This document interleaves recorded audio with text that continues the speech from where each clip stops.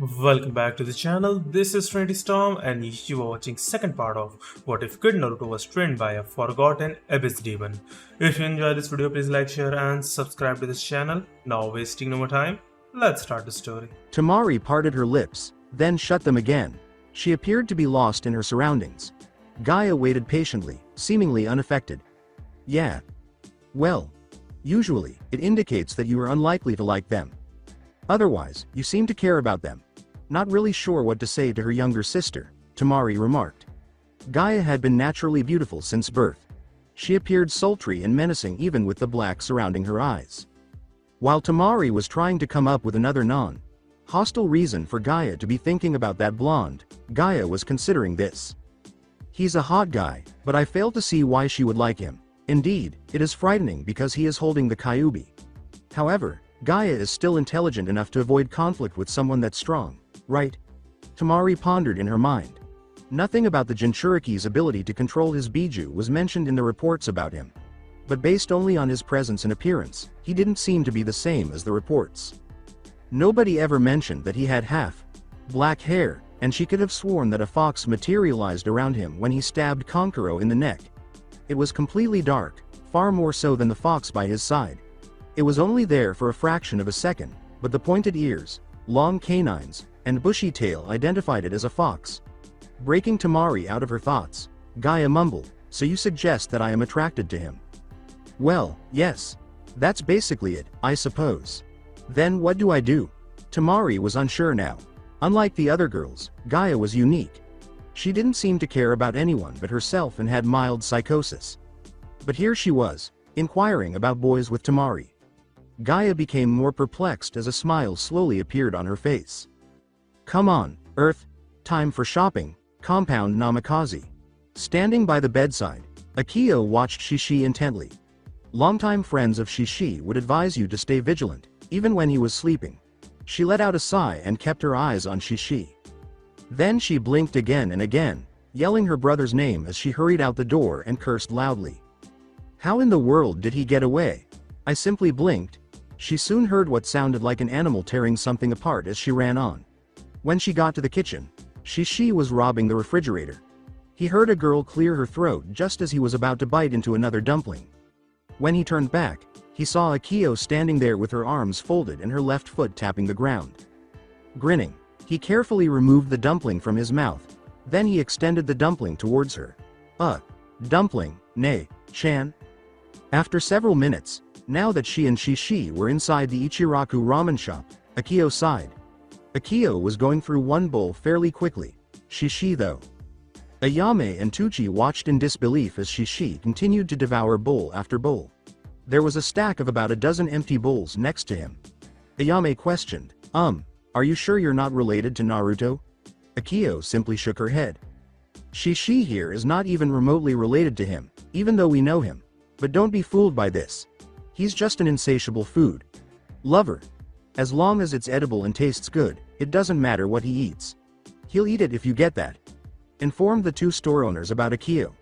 With a simple nod, they prepared one final bowl. Shishi then turned to walk away, leaving the money on the counter. He happened to run into Sakura Haruno outside. He gave her a smile and apologized. "I ought to have paid attention to my direction." Sakura nodded, flushed a little. "It's not every day a cute girl even glances at you, so I'm assuming it's not every day a cute guy talks to you." "It's all right. All I wanted was to find someone." "And who, may I ask, might that be?" With genuine curiosity, he asked. "Oh.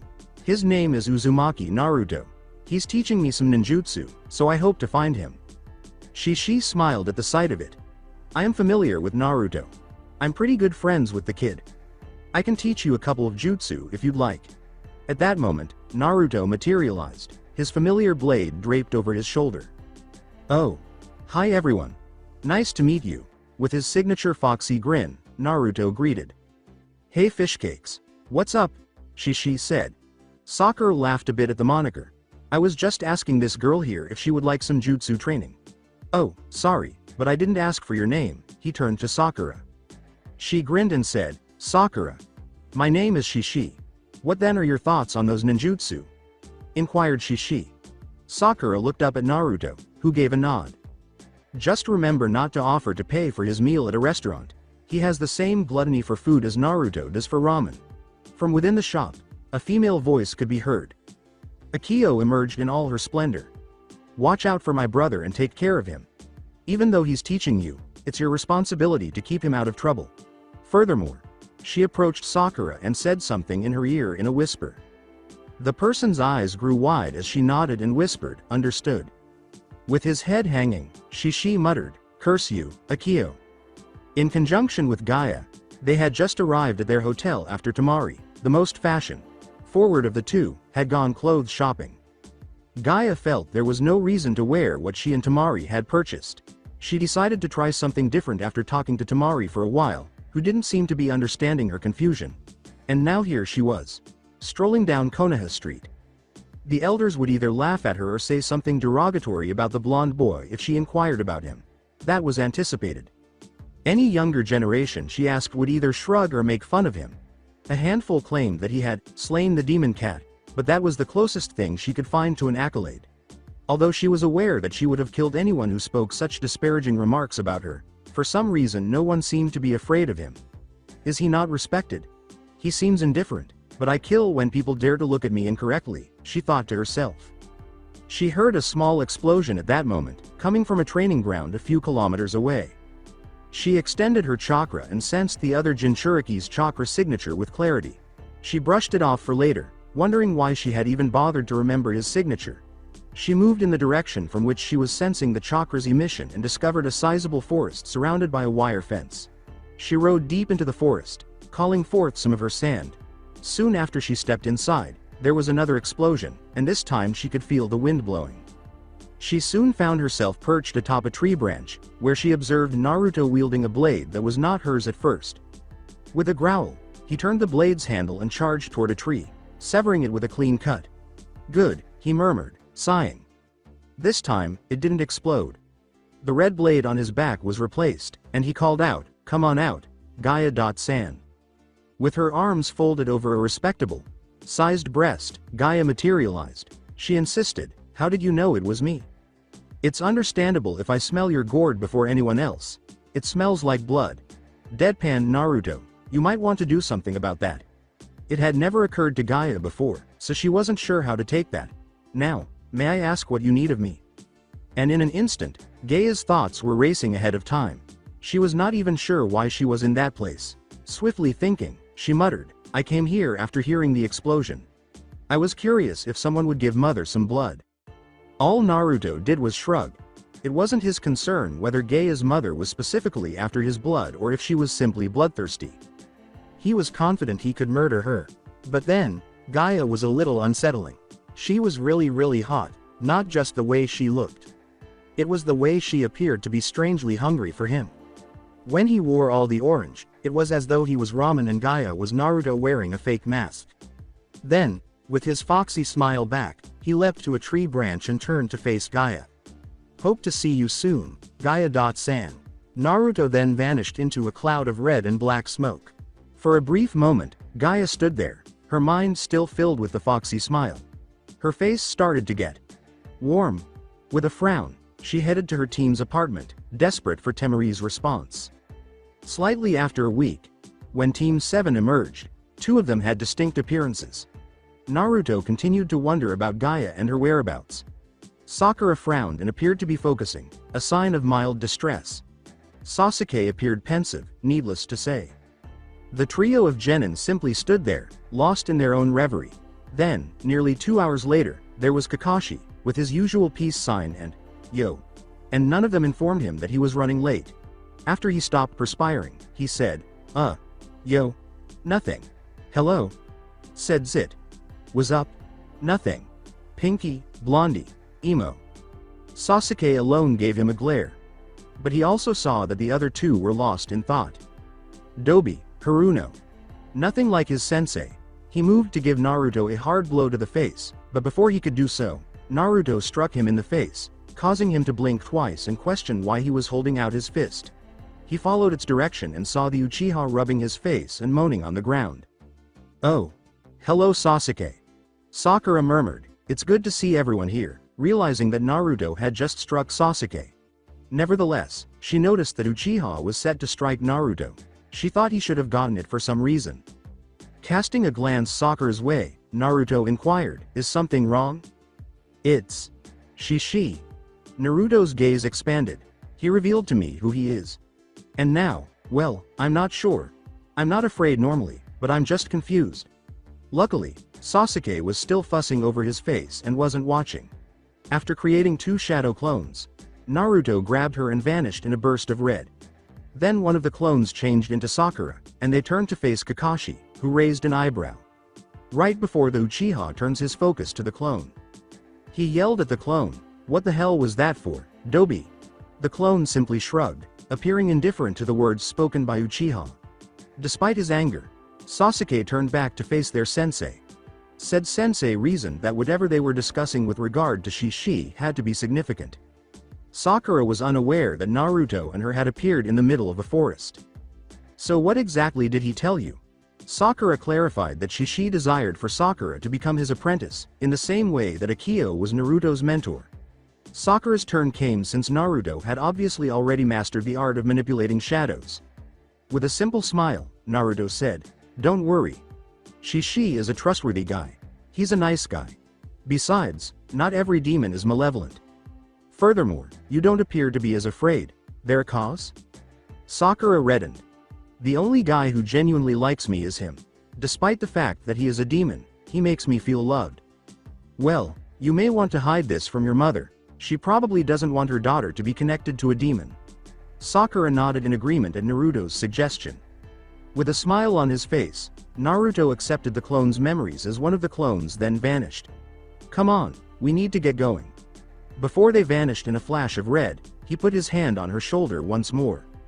Returning with Sasuke and Kakashi, just as Kakashi had handed Naruto his exam flyer for the Chunin, the clone gave the flyer to Sakura, and extinguished itself. Sasuke's eyes grew as big as dinner plates as Sakura vanished in a burst of red. Is Sakura able to do it too? How in the world can I not do that and 2 weaklings can? The Avengers thought, they will teach me that, whether they like it or not, and then realized Kakashi had vanished.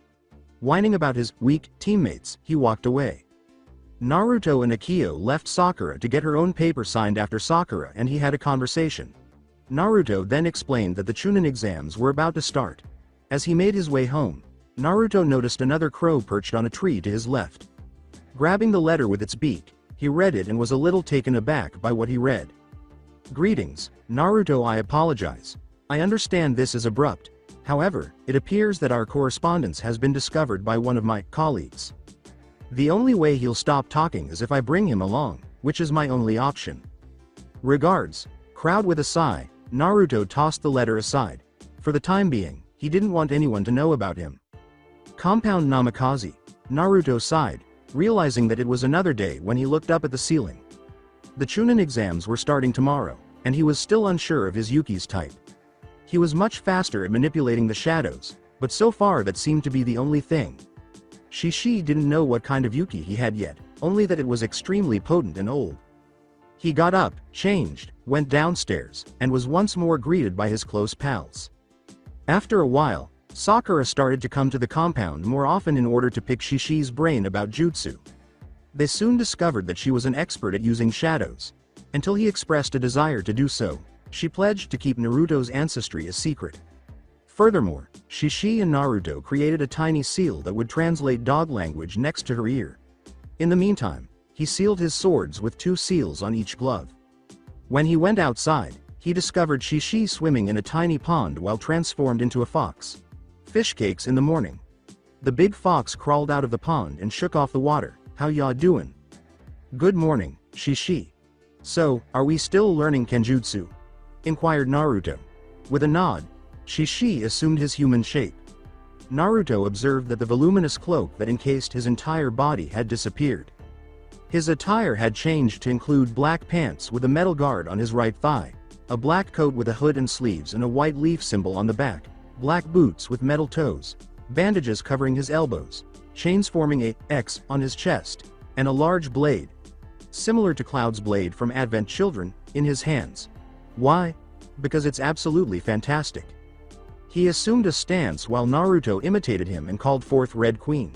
Tell me why we're not practicing on a fighting style again. Naruto voiced his displeasure. Because I'm not familiar with a particular style, you idiot. We shadow demons and you humans haven't spoken for thousands of years. The Nara people were the last group we assisted, and they were far too indolent to learn anything except how to manipulate their adversaries' behavior. Naturally, their creativity allowed them to accomplish more, but not much, Shishi muttered. It's time to wait. You mean to tell me that in your several thousand years, you have never worn a style? I am not in need of one. While all styles concentrate on a single aspect, I stay unique by being creative with the fundamentals. That means that after I show you the fundamental katas, it's all up to you. You want a style, but that stinks to be you. After that, Shishi started beating Naruto into the ground once more. To be honest, it appeared to be fairly balanced. Sakura and Naruto attended the team meeting after they decided to call it a day for the most part.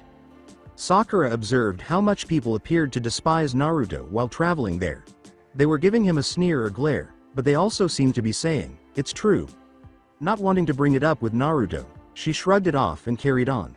She was certain Naruto knew about them. Sasuke was already at the training ground, sulking. As they got closer, he observed Sakura and Naruto approaching him, with Shishi strolling beside Sakura and Akio perched atop Naruto's head. Even though he was trying to remain stoic, he had feelings for those two foxes. Shishi must have noticed, because he growled at the Uchiha, making him retreat for the time being. About an hour later, Kakashi reappeared with his usual entrance and greeting. He saw Sakura lying on the ground, her head resting on Shishi while her hands were folded on her stomach, using him as a pillow. Naturally, he didn't mind because he enjoyed her scent. Sasuke had his arms folded as he leaned against a tree. With Akio encircling his neck, Naruto was perched on a tree branch with his left leg resting close to his body. Overall, it gave them a cool appearance. Before Naruto raised his hand, they gave their autographed flyers to Kakashi. Only the elbow and down were elevated, that's all. I apologized to Kakashi. Sensei, but I need to teach Sakura a few more things. For now, you can continue with Sasuke. Without waiting for Kakashi to respond, he simply materialized beside Sakura, took her arm, and the four of them vanished in an instant. Scoffing, Sasuke turned to face Kakashi. Why did they abandon me by myself? In his mind, Kakashi demanded. A weeping, fetal, positioned chibi. Kakashi was in his head. Returning to the compound, Sakura and Naruto reappeared at the Namikaze estate, both in their original positions. So what now? She questioned, refusing to get up.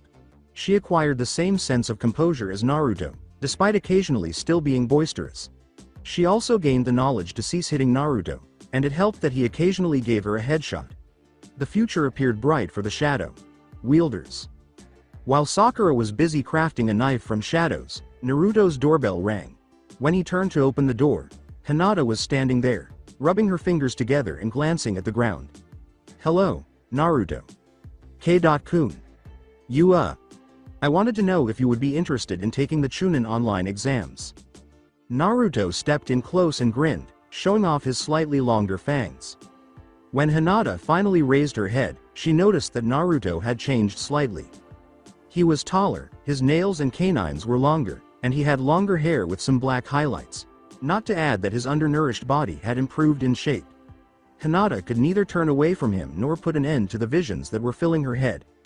With his lips closing on her left ear, Naruto leaned in. Yes, I will. He whispered, Hinata-chan, I hope to see you there as well. As his breath touched her ear, the girl shivered. She whispered back, will. Na.Neru.to.kun. Naruto reclined, his customary grin causing her to flush. Sakura then materialized, holding a black object.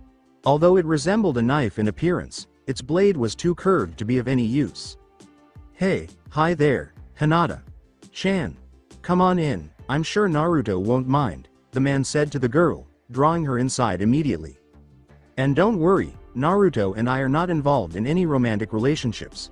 Despite everything my mother usually says, he's the closest thing I have to a brother, Sakura continued. Though Hinata put off asking, she did want to know what she meant when she mentioned her mother. Naruto just opened the door for them and went to get some ramen. He felt as though he was going to die because it had been a while since he had any. She discovered 2 foxes inside the house. One was almost exactly the same size as Orochimaru, while the other was rather large. While the other was too preoccupied to greet her, the smaller one gave her a yip. "I think you already met Akio." Sakura pointed to the tiny fox as she spoke. Akio's elder sibling, Shishi, is the other one. "He's pleasant, but..." she muttered in Hinata's ear, echoing what Akio had said. Shishi let out a moan and Hinata's eyes grew wide. He had a long way to go before he could lose his mind. The following day, while lying in bed, Naruto glanced down at his arms. With a purr emanating from her, Akio was clinging to his waist and showed no signs of waking up soon. He mumbled something about foxy, sleepy heads and sighed. With caution not to wake Akio, he got out of bed, dressed, and sealed his weapons before leaving for the academy. He saw Shishi standing next to Sakura in his fox form as soon as he arrived. The big cylindrical object behind his pink-haired teammate's back seemed to be the first thing he noticed about her. It had a lot of similarities to those coffee makers where you could just unscrew the cap and use it as a cup to pour coffee into. The cap's sole distinction was that it measured 4 feet in length and 1.5 feet in width and could be opened with a single finger movement. All he could surmise was that it held water for her water jutsu. While this was going on, Shishi was observing a nearby store and trying not to think about stealing something in particular. To be honest, he didn't care that he could turn into a dangerous person. He enjoyed being completely destroyed. "Shall we go in?" With nods from his teammates, Naruto said. After entering, they started to ascend the stairs leading to the 2nd floor. Akio suddenly materialized, leaping onto Naruto's head and giving him a glare. She woke her tail against his face and whimpered, "You could have awakened me, Naruto-kun." He merely gave her a head pet and laughed. "Sorry Akio-chan, but you looked so cute and angelic that it seemed like a sin to wake you up just for some exams." Speaking candidly, Naruto remarked. Akio simply humped and kept silent for the remainder of the staircase. As they reached the top, they saw a child being thrown around in front of the room for the test. The child had a bowl cut, enormous eyebrows, and a green spandex jumpsuit. When Naruto realized it was a genjutsu, he scowled. Sakura observed this as well and remained silent, holding out hope that, "Take off your genjutsu. We are aware that the test will take place on the 3rd floor, not the 2nd, said the incredibly conceited asshole alongside them, grinning because he felt so damn cool. Ass remained silent. Sakura moaned as Naruto gave him a forehead slap. Naruto yelled, "You fool," at the ass. That was meant to filter out the less capable ones. "You've increased our competition now." Sakura shook her head and moved forward, with Shishi trailing closely behind. With a sigh, Naruto merely said, "See you around Katetsu, Azumo." The 2 men standing guard at the door waved back at him before making their way back to their positions. Sasuke was obviously too haughty to care, as evidenced by his nose in the air. After moving to a new room, they all heard a call to stop. "That's you, the person with the black hair. Sasuke Uchiha, are you here?" They turned to see the guy with the enormous eyebrows. The same guy from earlier. After walking for a while, Sakura said to Naruto, "I give him 5 minutes." Naruto grinned. "I give him 3. Sakura and Naruto leapt onto the balcony above the little arena and sat down, with 2 thrones materializing behind them. Before he sent it into the shadows of the 2 genin, Shishi's tail split in 2, causing them to expand. Naruto's throne had a red leather seat, silver wind patterns with flames near the bottom, and the appearance of being made of black bones. Sakura's was blue-green in color, and it was constructed of what appeared to be black water with a few orbs above it made of black vines. Naruto leaned his cheek against his fist and rested his right elbow on one of the arms. Sakura appeared at ease as she leaned back and crossed her legs. Their 2 foxes on either side of them gave the impression that they were a prince and a princess ready to enjoy a performance. "Okay, let's see what you 2 can do, shall we?" With his hand held ready, Naruto declared. Both Sasuke and the boy in the green jumpsuit assumed fighting stances. "Hey, it might be nice to introduce yourself, Jumpsuit.san." "Obviously," the boy exclaimed, "my name is Konoha's Green Beast, and my name is Rock Lee." With his hand still up in the air, Naruto grinned. he exclaimed, lowering his arm. Begin, after 5 minutes. Sakura, Naruto, and Abattered as the three shuddered in shock at what they had just witnessed, Sasuke approached the door leading to the first exam. There is nothing more repulsive than seeing two identical twins embrace while a sunset appears in the background. They discovered Kakashi reading his book in front of the door. Up until Naruto snapped his fingers and it erupted into black flames. After sobbing for about a minute, Kakashi pulled himself together and turned to face his squad. All right. Every one of you showed up. Did you have fun? With a raised eyebrow at the Avenger, Naruto questioned. Naruto didn't seem to care, and Sasuke simply scoffed and ignored him. Sakura turned to face Shishi, and she could tell he was grinning. Yo, I found these on two guys I saw earlier. There emerged from his back what looked like two enormous gauntlets, like claws. Sakura's eyes expanded upon realizing that they belonged to the demon brothers alone. She gestured with her hand to put them away, while nodding. With a nod, Shishi made the gauntlets vanish from his body. He resembles a living bag. For anything he wants to store inside of him, his body is like smoke. It simply floats there, regardless of size. Naruto and Akio noticed, but not Sasuke. It's a good thing the three of you came, or else none of you would have been able to enter, said Kakashi. They all appeared unfazed. Well, all I can say is that I wish you luck. It was evident that it was a shadow. Clone when he vanished in a cloud of smoke. Another place. Kakashi recently acquired the memories of the clone. Without warning, he glanced at his book and muttered, "Don't worry, honey. The wicked blonde has you." He started gently caressing it as though it were a special jewel or his pet. As soon as the three of them entered the room, Ino tackled Sasuke. "Hello, this is Sasuke-kun. Miss me?" She gave a little squeak. Before she realized that the customary screaming had stopped, there was a brief period of silence. She noticed a serene Sakura with a black fox by her side when she turned to face Naruto. It surprised everyone that she wasn't yelling at Ino instead of surveying the room and assessing her competition, similar to how Naruto was performing. Sakura grinned and greeted Ino as though she was seeing her for the first time. "It's good to see you. Additionally, if you have time, I'd like to talk to you about something." Confusion growing, Ino could do little more than nod at her opponent. Behind her emerged Shikamaru and Choji, who were both curious as to what had become of the once loud Banshee. To his great satisfaction, Ino let go of Sasuke, and that's when everybody else showed up. It was official. The rookie nine were back together. Hinata stayed in the very back, as if she wanted to remain unseen. She would have seen Naruto disappear if she had been paying attention. In addition, she would have seen that her shadow started to move before suddenly rising to its feet and enveloping her in its arms, shocking her. Before it became colored, the shadow changed, revealing Naruto Uzumaki encircling her in his arms. "Hi there, Hinata. Chan." He whispered in her ear, "I'm glad you came. I was hoping you would." Kiba yelled, "Get away from her," as she started to charge. Kiba struck Naruto squarely in the right leg as it shot out, seriously disfiguring him. The dog boy fell onto his stomach as a result of Naruto kicking Kiba's legs out from under him. He then swiftly sat on the dog boy's back. "Hey, leave me alone, sweetheart." "No, now shut up or I'll muzzle you, pup." With a threat, Naruto leaked his ki towards the boy he was seated on. Even though Kiba wasn't the most intelligent of the Inuzuka, something alarming was clearly wrong. Something he wished he owned the title to, an alert, alpha. At that moment, a boy with white hair who appeared to be older than the others approached them and pushed his glasses further up his nose. "You know, you kids ought to be a little quieter." With a slightly eerie smile on his face, the boy said, "These here shinobi are a bit on edge, and I'm sure you don't want them taking their frustration out on you guys. I'm used to being beaten up badly by mobs, even shinobi at times. Bring them on. There's nothing new there." Mumbling, Naruto got to his feet and gave Kiba a quick kick to the head just to be safe. The rest were unsure of what he meant, and only a select few understood.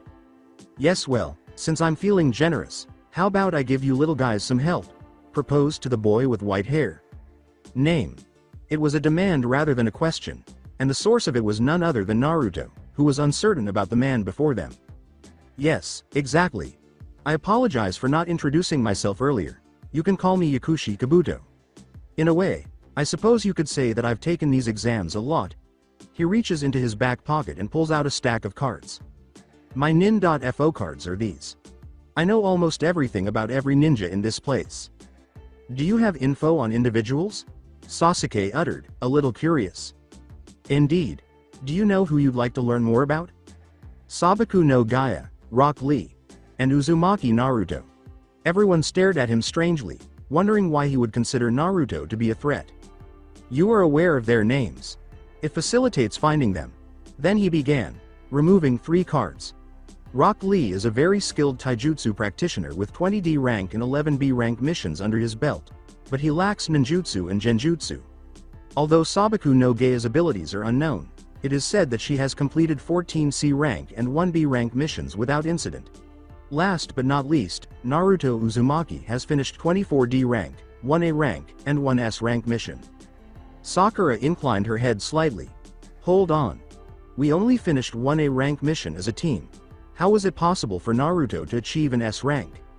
Were you unaware? When a Chunin named Mizuki attempted to take the Forbidden Scroll, Naruto.san stopped him. There was a snap almost immediately, and the card Kabuto was holding started to burn black. He dropped it quickly, feeling a slight burn on his fingers. But the rate at which he was able to heal them was nearly 10 times slower than it ought to have been. He turned to face Naruto and thought, what the hell? That boy was giving him the glare. You appear to be quite knowledgeable. In particular, things that only the Hokage is supposed to be aware of. Kabuto. The boy narrowed his eyes and murmured. He smells like snakes. He thought, what, does he really have neighbors who are snakes or something? When he sniffed again, he discovered that someone else smelled like a snake. A kunoichi from Kusa. It's not to my taste. Sakura appeared to observe his scowl. Something wrong, Naruto?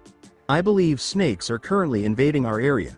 2 people have already expressed that reptile's stench. He muttered. Sakura scowled, but she understood Naruto's motivations. Kabuto, meanwhile, made a comment about the Auto. Nin's weakness. 3 blurs advanced, poised to take on Kabuto. The other 2 were male, and 1 was female. The person who resembled a hobo had black hair that resembled Kakashi's. His headband appeared to be from a kind of helmet. The other man's face and head were completely covered in bandages, exposing only his left eye. His back was bent, and he had on a big shirt that hung down past his hands and almost touched the floor. The girl wore a vest with shoulder guards that was grayish, green in color. The 3 of them had on black sandals with bandages around the ankles, gray camouflage pants, and the same cloth around their necks. Everyone could see that Kabuto was getting ready to dodge, but just in time, Naruto shouted, "Good luck, Kabuto," and gave him a backslap. With just one slap, Kabuto was propelled into the attack, taking full force to the side of his face and landing on the ground. After getting on his hands and knees, Kabuto quickly puked all over the floor. He looked up, and it was obvious to all that his glasses were broken. Turning to face Naruto, everyone saw another surprise. Whoa! He up! Chucked after taking one punch. Naruto stammered. His face was just a foot away from the bandage device on his genitalia. I gotta get one of these. He started lightly poking the metal gauntlet, his eyes slightly fascinated. At that moment, a man with numerous facial scars, a trench coat, and a bandana for a headband materialized in front of the class, spilling some ki right away. Let me introduce myself, Morino Ibiki. Uado.nin should be aware that fighting is prohibited or you risk being disqualified right away. Shut up, I'm looking at something here. With mock irritation in his voice, Naruto yelled back. Ibiki looked at Naruto, and both of their faces lit up with a smile. Naruto was pretty good at torturing people, though few realized it. Gaki, it's good to see you again. Have you got any more advice for us? With a hint of praise in his voice, the man spoke. Only if I get to call you Scarface from now on. Naruto continued to gaze at the bracer as he spoke. He was beginning to frighten the guy with the bandage. Ibiki sighed and muttered, "We'll talk later," even though his eye twitched. Let's all take a seat and draw a number from this hat. He started stating the rules after everyone had taken a seat. As an Uzumaki, Naruto paid little attention. All he knew was that it was a written test with 10 questions total, the final one being given at the end, and he would be eliminated if he was found to have cheated 5 times. Fairly easy. He was fortunate to be seated next to Hinata, who appeared to be just as content. As soon as the exam began, Akio and Shiki went around collecting the answers. Ordinary eyes couldn't see them because they were shadows. Not even the skilled ninja eye. Sakura wanted to be sure, but she thought she could do it with just her thoughts. Everyone was cheating, as Naruto could see. A girl with panda buns was using mirrors to help her and her teammate. Gaia's brother was using a puppet, and Gaia herself was using something that looked like an eye. Sasuke was using his Sharingan to mimic the movements of the person in front of him. Hinata and another Hyuga were using their Byakugan. Glancing back, he laughed to see that Ino and Shikamaru had both fallen asleep during his test. That or she had someone inside her. Shino was speaking with some bugs, and Kiba was receiving the answers from Akamaru. Sadly, the drawback of wrapping up early was, "I'm bored. She. The moment Sakura and Naruto finished, he started complaining. He even proceeded to begin smelling people's behinds. This girl seems nice, but this guy smells like snakes, and he smells like he jacks off all the time. He also doesn't clean his ass well, which is why I don't like him. Humans are so repulsive, Kami." Yes, he was very bothersome. She. It was Naruto who called. "When we get home, I'll let you eat all the beef jerky if you just shut up. Now keep quiet." She stopped sniffing some other nin's butt right away. Then he approached Sakura and curled up under her chair. "Beef jerky, just wait till this is over." People started getting disqualified over time for being caught cheating during their 5 turns. Just as the last question was about to be announced, She finally woke up. He only learned that failing it prevented you from ever becoming a Chunin. Significant. Naruto had those same thoughts running through his mind. It would be equally beneficial to keep him in genin rank.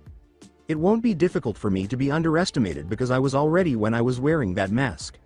He thought nonchalantly, I guess I'll just have to be the genin who killed hundreds. He didn't really care about the rank. The only drawback, though, is that he isn't permitted to own anything more than a C rank. Sakura was using her head in the interim. How do they prevent us from turning into Chunin? The decision to declare someone a Chunin or not belongs only to the Hokage. Why is this guy? Dawned on her suddenly. Yes. He's trying to gauge our level of confidence. That was clever, she had to admit. He saw Hinata's left hand twitch before slowly raising as they returned to Naruto. Oh, he thought, his thoughts racing. He put a sly smile on his face and started laughing.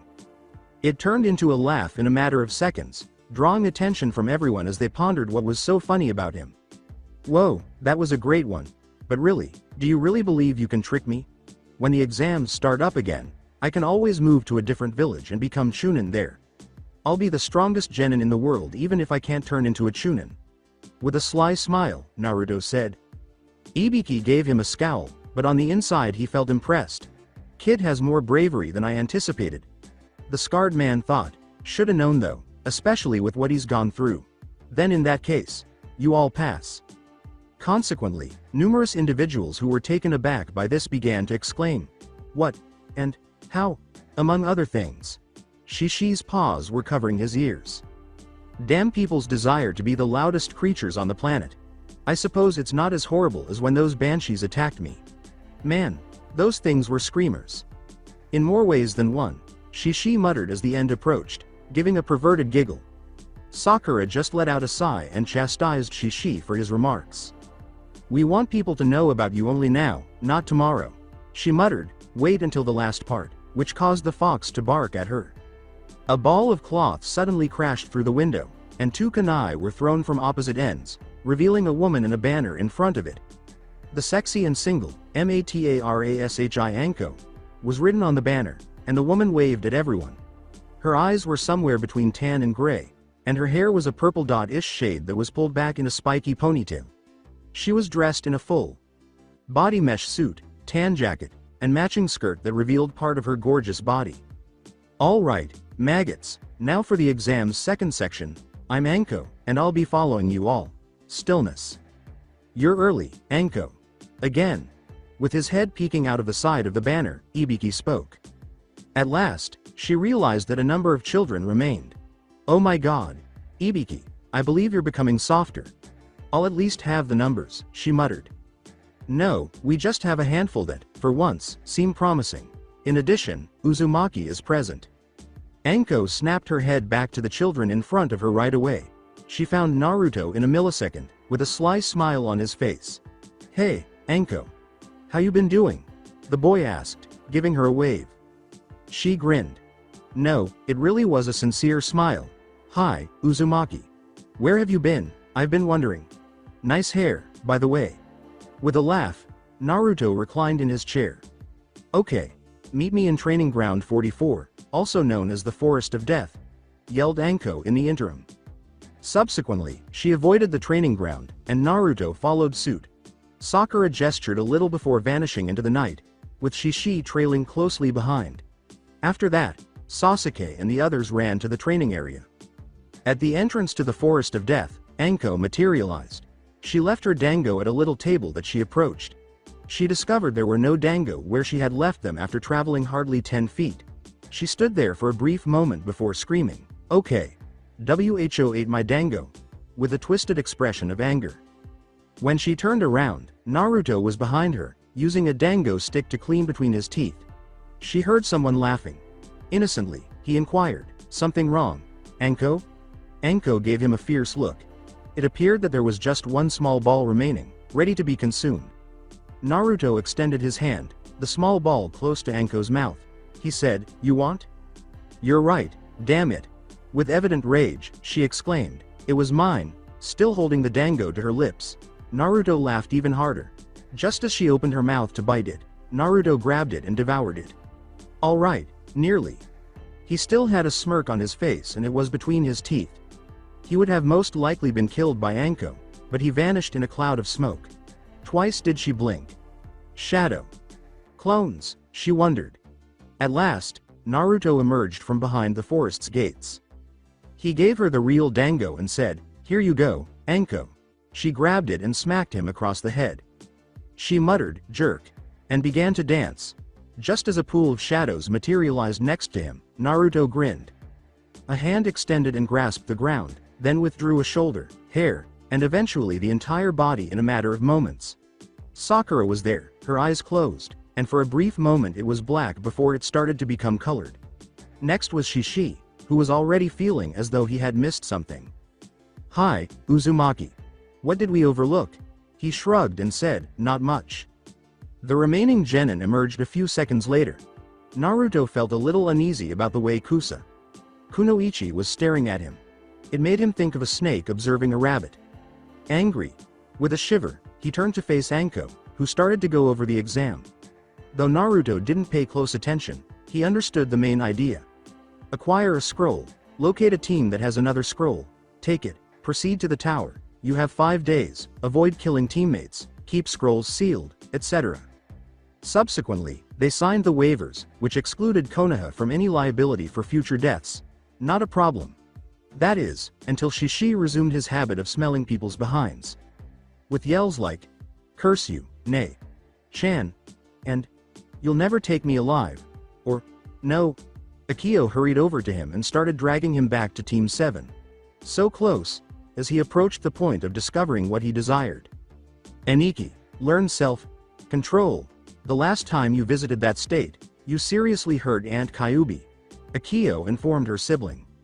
Indeed, Shishi the Shadow Demon had the insane strength to battle the Kyubi. While Naruto was certain he heard a shiver at the back of his mind, Shishi laughed sheepishly. Team 7 was currently holding out for the gates in front of them to open. Anko's voice said, "Okay, and begin." Just before the gates opened, as soon as every team dashed into the forest, the second exam started. Returning with Anko let out a sigh after completing her dango. Her thoughts drifted back to her initial encounter with Uzumaki Naruto. She owed him something for that evening still. Retrospective. Before the wave arch, it was late, the sky was a sinister purple, the sun was already setting. Anko started to stagger home with a sluggish gait, her breath smelling strongly of alcohol. She started cursing the council and complaining about them. They sent her on a mission once more with the intention of killing her. Her hand went to her left hip, which was a little bit bandaged, just thinking about it. When a bottle was thrown at her and struck her in the left side of her head, she was only halfway home when she staggered into an alley and fell on her side. Her wound was partially reopened, and she let out a cry of pain. There were 2 men who approached her, a vicious smile on their faces. "So, what have we got on this end?" One of them put his hand up to his waist and exclaimed, "If it isn't Orochimaru's little bitch." Anko knew he had a knife, even though she could hardly see it. Yes. We were fortunate enough to get a little snaky. I wonder if we could skin it and use the skin to make a belt or something. The other spoke as he reached down and gripped the partially intact bottle's edge. One of them kicked her arm away from her equipment and tossed it into a garbage can as she moaned in agony and attempted to grab a kunai. The person holding the bottle then grabbed her by the neck and gave her a violent slam against the wall that caused her to lose consciousness. Remain motionless. The one with his hand around her neck snarled, "You might as well enjoy it, whore. It won't take long." With a growl of her own, she spat in his face. She yelled and her face turned red, leaving a handprint on it as he simply grinned and slapped her. She managed to croak out, Don't. What don't you do? Continue without stopping." "All right," the other said, severing her jacket with his knife. After removing it, the person securing her struck her more forcefully. She was sober enough to realize that she was going to be raped, so she started crying. He went rigid, the color draining from his face, just as the one with the knife was about to chop off her mesh. The other person said, "What's wrong with you?" With hardly a sound, the man's chest was punctured by a black spike. He was dragged into the shadows by the spike, where additional spikes emerged and started slicing him into tiny pieces. Before the other man could even make a sound, another spike materialized, this one right next to Anko's head, piercing his mouth. The man was pushed into his partner's remains and then suffered the same fate, that of being sliced and stabbed. The men who were about to rape Anko were being reduced to nothing more than scrap meat in front of her, and all she could do was watch in horror. The fact that the shadows appeared to eat the pieces, although it appeared more like acid eroding something, more startled her. A hand then melted out of the shadows and grabbed the edge to pull itself out once everything had vanished. Then a head of blonde hair emerged, spiky. The remainder of the body eventually emerged. The shadows veiled the man's face, but she could see the clear blue eyes staring at her. They displayed annoyance and worry. A voice asked, probably the one in front of her, "Are you okay?" That's when she realized he wasn't a man but rather a teenager. It was that child she had witnessed being beaten, she realized as she peered into the shadows. When there were too many, she would grab him and flee, usually by changing into an unidentified civilian. Usually, she stopped it. "Yes, indeed." She mumbled, "I'm fine," before fainting from a small amount of blood loss. Naruto materialized next to her and grabbed her before she could fall to the ground. He dressed her in a bridal gown and left for Anko's house. Though he made sure to close the window once inside, he was a little relieved that it was open. Before putting her on her bed, he made sure no one else was inside her house. He fell into bed next to her as soon as she got into the bed because of her arms around his neck. "I ask that you remain with me," she whispered, "I don't want to be alone," in his ear. Naruto could sense that her fear of being left alone was real. He put a hand on her cheek and gave her a warm smile. "All right. I'll spend the evening with you." Anko nodded, drawing nearer to him and putting her body up against his. Though he blushed a little, he was still able to encircle her body with his arms. He leaned into her and whispered, "Good night, Anko." Both pariahs sank slowly into a profound sleep. With their keen senses, Team 7 was skipping from branch to branch like a tree. Sasuke and Sakura formed a triangle with Naruto in the front and them behind him. As they zipped from shadow to shadow, Shishi and Akio were gathering shadows in case they needed them. Naruto halted abruptly and raised his hand. "What is it?" Sakura inquired as she opened her canteen. "Is it an enemy?" Sasuke inquired, drawing two kunai and bringing his Sharingan to life. Naruto turned to face them, grinning a little awkwardly. He muttered, Gotta take a pee." Shishi laughed as Sakura and Sasuke gave each other a face palm. Rolling her eyes, Akio said nothing. After a while, the heads of Akio and Shishi jerked in Naruto's direction. "There's a different smell that I detect. I believe he is with Naruto." Shishi spoke, seeming a little anxious. With a complaint about peeping toms, Naruto emerged. He was pulling a ninja by the ankle, and the ninja's left side of his face was slightly bleeding. "No, if you were wondering. He wasn't killed by me. When I was pissing, the idiot tried to jump me, tripped over a rock, and hit the ground with his face first." The blonde said, "I have to admit, it was strange how all I did was turn around and unintentionally pissed on him." The man was observed by the others, and sure enough, there was a damp area beneath his armpit. With a sigh, Naruto kicked the man. "Did you even bother to check him?" Sasuke asked, hoping to disprove Naruto's ignorance at the very least. Yes, I did complete Uchiha.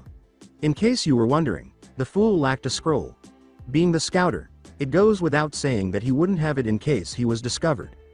The fact that he has a few kunai and shuriken is the only thing I could find that is significant. Thus far, that is all. With a growl, Naruto's eyes pierced the Uchiha's skull. Even now, he refused to speak with him about nearly killing Akio. Sasuke ignored his glare, showing that he was either naive or indifferent. In any case, it's preferable if we have some kind of code to determine whether or not one of us is imposting. We're going to call it. Naruto saw a few birds flying overhead at this point. One of them appeared to be. Naruto pointed up at the bird and exclaimed, "Hey look, it's Sasuke." When both teammates raised their heads, they noticed the bird that resembled Sasuke's hair. Sasuke scowled at the teen as Sakura giggled. "And there's another one." He gestured to Sasuke's hair this time. The prick exclaimed, "Did you even pay attention to what I said?" Naruto glanced to both sides, as though he was trying to see if anyone was listening in. He turned to Sasuke once he was certain that the person who was listening had left. "How about I just say, fuck you, Uchiha?" With an eyebrow raised, Naruto inquired. Though Sasuke knew only Naruto would say that, he still gave him a glare. They carried on for a while longer, experiencing no more issues, up until a strong wind gust hit them and knocked Sakura, Akio, and Sasuke to the ground. Being at the front, Naruto and Shishi were struck squarely and completely destroyed. When Sakura, Sasuke, and Akio looked up, they saw the previous kunoichi, the one with the strange tongue. With a sly tongue lash, the kunoichi said, "Hello, Sasuke-kun."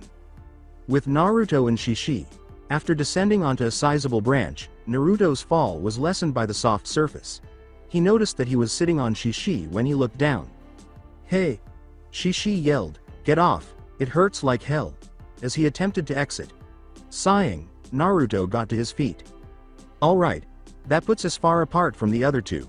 We can only hope Sakura and Akio are doing well," murmured, looking a little concerned. "You forgot the teme." Naruto arched an ear. "Did I?" Shishi laughed, then took a whiff of the air. They both instantly said, "I smell snake," and leapt from the branch they were on as a massive snake chomped down on it. "This isn't how things work. This is a summons," Shishi uttered, sounding a little disappointed. "You sound upset. Because I'm being underestimated by someone. How is a massive belt made of snakeskin going to stop me? Hee. Be careful, ninjin," Naruto observed as Shishi blasted in the direction of the snake. It surprised him that the snake's mouth opened so wide.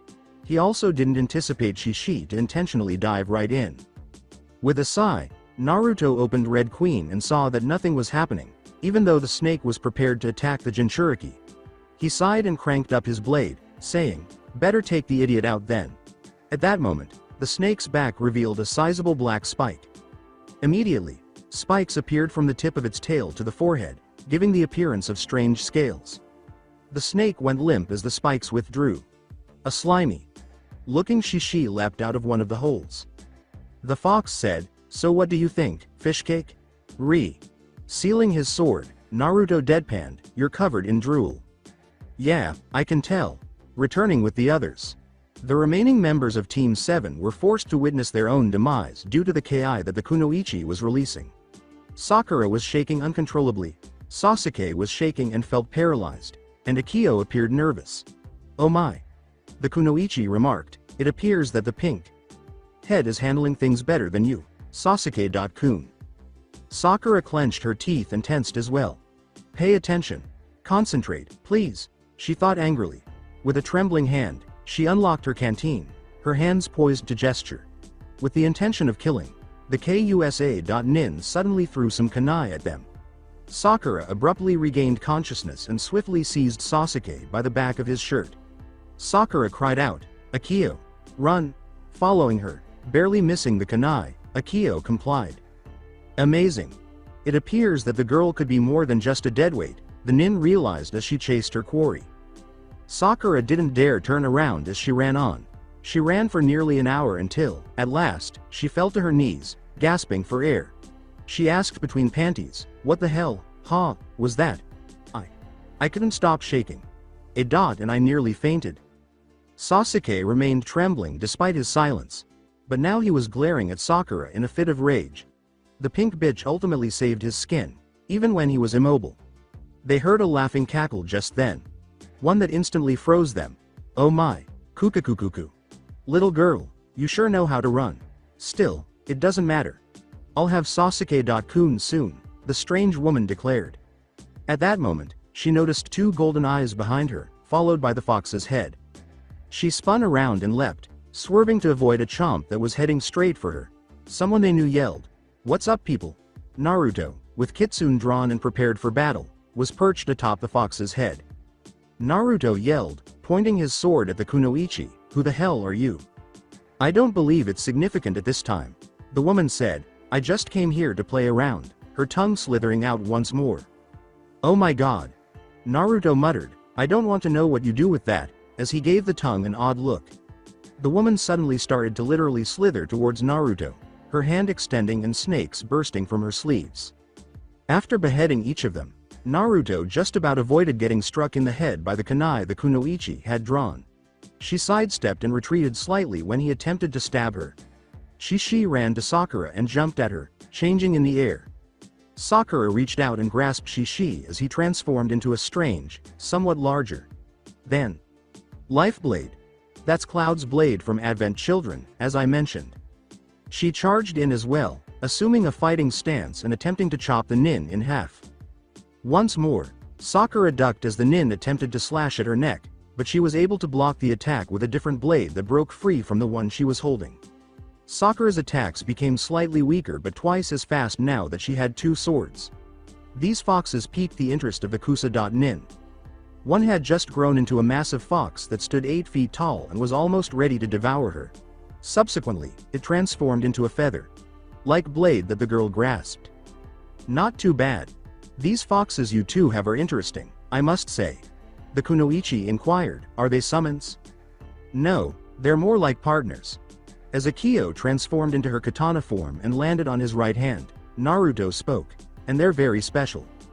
The kunoichi gave a nod and proceeded to search her weapons pouch. Sasuke looked on in jealousy and rage as the two genin stiffened. He felt that he should be the owner of the two foxes. And he would make sure they did. As Sakura and Naruto prepared to strike, the kunoichi removed an earth scroll. She questioned, "Is this what you need?" Naruto swore. They did require an earth because the one they had was a heaven scroll. The Kusa.nin smiled, and then she felt the scroll pushed down her throat. Naruto was gagging and sticking out his tongue. Sakura appeared equally repulsed. "You know, I don't think that's something you should show off, lady." With a lurch of his stomach, Naruto said. However, there was more. Something bad was going to happen, he felt in the pit of his stomach. "Take caution, Naruto.kun." Fearing that her host might not be human, Kyuubi said, "I don't know what the hell she is." Despite her confidence that Naruto would survive this, she couldn't help but feel uneasy. As she bit her finger and spread the blood across her arm, the woman said, "How about you give me your scroll and you may live?" A massive snake resembling the one that Naruto and Shishi discovered materialized beneath the woman, who was standing atop the serpent's head, in a puff of smoke. Naruto's gaze remained fixed on the female. "How about you just go away from us? Hey, where are your fellow players?" "I'm not in need of partners," the woman said, "they will only slow me down," and then she threw up a snake that spat out a sword. If they survived, Naruto would probably say that. "Now, I believe you are standing between me and Sasuke.kun." The kunoichi then lunged at Naruto, attempting to stab him in the stomach. Naruto avoided it and used Akio to deliver an uppercut. The kunoichi leapt back, not realizing that Akio would reach out and sever a portion of her arm. The sound of swords lashing filled the room as they exchanged blows. Akio changed into her fox shape and then grew until she was 7 feet tall. Her tail swung towards the spooky nin, denting the tree where she struck it as she growled. In the meantime, Sakura attempted to subdue the snake by using Shishi. She almost got eaten by it, but she was able to sever a fang, dodge, and land a few feet away from Sasuke. Water spurted from her canteen as she dashed through hand signals, and then a small, somewhat long dragon head lunged in the direction of the snake. Sakura exclaimed, "Water! Style! Dragon head jutsu!" as the dragon slammed into the snake's face. The snake didn't appear to be fazed, but it didn't have to. Sakura made more hand signals and leapt towards the snake as it attempted to lunge at her. She slammed her hands into the still, wet water after landing on the reptile's head. She exclaimed, "Water! Style! Burning sauna jutsu!" and leapt off the snake. The water on the snake's face started to boil in an instant, and it started to writhe and shake in pain. It hurt even more since some of it got in its eyes. With its face boiling, it decided it probably didn't stand a chance and dispelled itself. She released a breath that she was unaware she was holding. That happened much faster than she had anticipated, she had to admit. Meanwhile, Naruto continued his attempts to murder the unsettling snake woman. No, hold on. Anko was already known as the eerie snake lady. Unnatural snake weirdo. Yes, that is sufficient. She would, however, peel her skin and regenerate each time he cut her hand or anything else. Even though it seemed as though she had just spoken, Naruto still gagged the first time it happened. He created 3 shadow spears and hurled them towards the woman, who leapt into the air and avoided them all. But that's what he desired. He gestured quickly before inhaling deeply. Demonic arts. Blazing roar. Using Kyuubi's Yuki, Naruto yelled, his features feral and his eyes red. Then he extinguished a great deal of black fire that was aimed at the woman. She was screamed throughout nearly half of the forest as she burned alive, unable to dodge while still in midair. She was slammed headfirst into a tree and out the other to come to a stop on another. Shishi quickly transformed into a fox and wrapped her around the tree with his tails, holding her there while her head hung to hide her face. Tell us now why you desire the prick. However, I'll let you rape him if that's what you want to do. Making sure Sasuke didn't hear the last part, Naruto demanded. Then the person started chuckling. It did, however, sound more like a man's cackle this time. Kukuku. You never cease to amaze me. However, it's all in vain at the moment. The woman turned brown and turned into mud all of a sudden. Naruto yelled, "Fuck," but it was too late as he was struck in the head with a kick from behind. Sakura turned to strike, but before she could get close to Sasuke again, she was punched in the stomach. In an instant, Shishi grew to enormous proportions and towered over Sakura and Sasuke, menacing the ninja. Akio whipped her tail, but it was sidestepped, and she took a blow to the side of her face. Once that was finished, the ninja raced over to Naruto and kissed the blonde. "I guess I will have to get rid of the damn fox," he muttered as he lifted Naruto's shirt. "Well, whatever." He grasped his right wrist after making all the hand gestures. Before slamming the fingers onto the seal on Naruto's abdomen, the fingers glowed with a purple flame. 5. Prong seal. After screaming in agony, Naruto went limp and the man threw him to the ground, hoping the boy would fall to his death. Unfortunately, Akio tackled the Jinchuriki mid-air and started assessing whether he was seriously hurt, so it was not meant to be. At this point, the nin vanished, melting into the earth. The same nin materialized behind Sasuke and bit into his left shoulder a moment later, causing him to cry out in agony. At that moment, they saw another face peeking through the torn skin. It had pasty white skin and purple under the eyes. After turning around, Shishi was able to propel the man into another tree by striking him with one of his tails. "Oh no," as more splinters penetrated his flesh, the nin declared, "I have decided I hate trees now." And then his voice echoed and he started to fade away. Sasuke-kun will soon search for me. You won't be able to stop him from pursuing more of my authority. The man vanished after saying those last words. Sakura sighed, keeping an eye on her teammates while Shishi stood guard at the door of their little pit stop, as Shishi referred to it. She sighed and cast anxious glances at her teammates. Sasuke was suffering from a severe fever, and Naruto was in a kind of comatose state. With no idea what to do, she muttered, "Damn it." Then Akio emerged, holding 2 dead rabbits in her mouth. She took the rabbits from the fox and started to skin them, saying, "Thanks, Akio." "Thank you, Sakura-chan." The demon said, "Maybe you should take a nap while Shishi and I take over," before assuming her human form. "Continue. If something is wrong, I'll wake you up." After thanking her, Sakura lay down, shutting her eyes and surrendering to slumber. 3 Auto-nin were hiding in the underbrush, biding their time until they could give the order. One of them, though, lacked patience. "All right, so where in the name of hell was that girl? Moreover, where was the smaller fox?"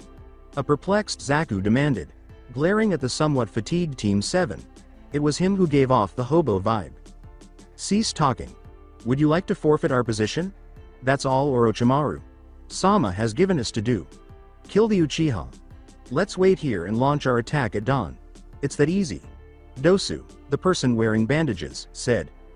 Well, perhaps we ought to hold off a bit longer. Those foxes don't seem normal, really. And it's not just their fur that makes me say that. The lone girl spoke tensely. Oh, Kin, please stop talking. Proceed to inform Orochimaru Sama if you're afraid. He would undoubtedly be thrilled to use you in one of his experiments. Zaku scowled at her as he spoke. Even though the idea made her shiver a little, she still gave him a glare. That was the last thing she wanted to happen. The mindscape of Naruto. A drop of water struck Naruto's cheek as he opened his eyes and scowled. His frown deepened as he turned to face the world and realized that his mindscape had returned to that of a sewer. He muttered, "What the hell?" as he stood up and cast a glance around. At that moment, he heard a person moan in agony. He continued to walk until he came upon the space that would house Kyuubi's cage.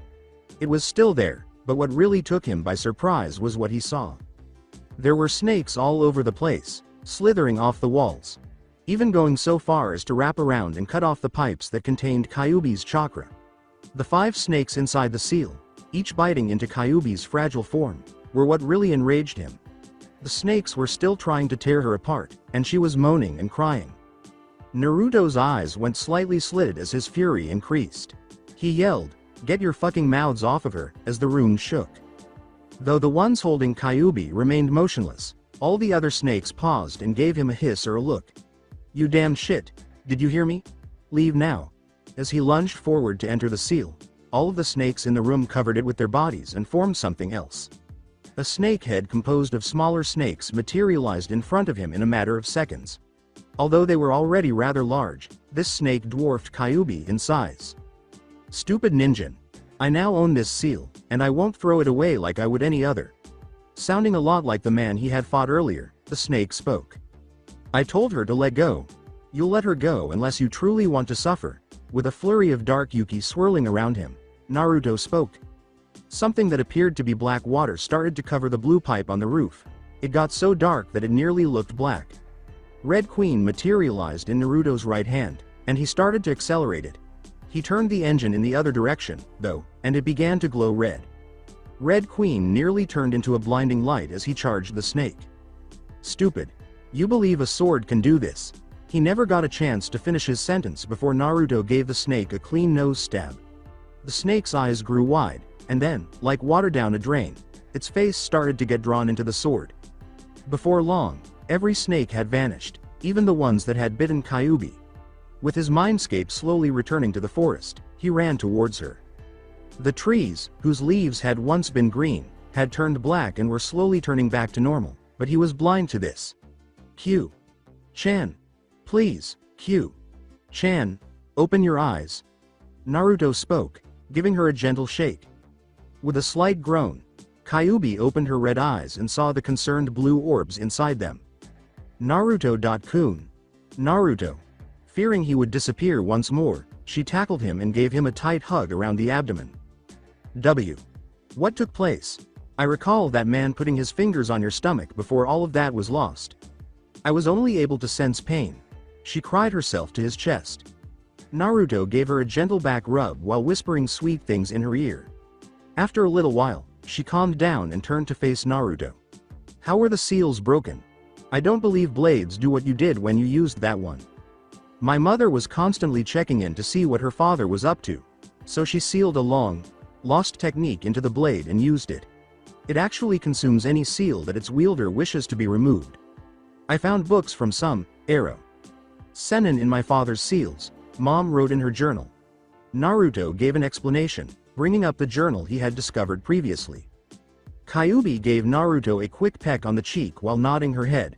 "I'm grateful, Naruto. However, I believe it's time for you to wake up," she grinned at him. Before he vanished, she gave him one last embrace.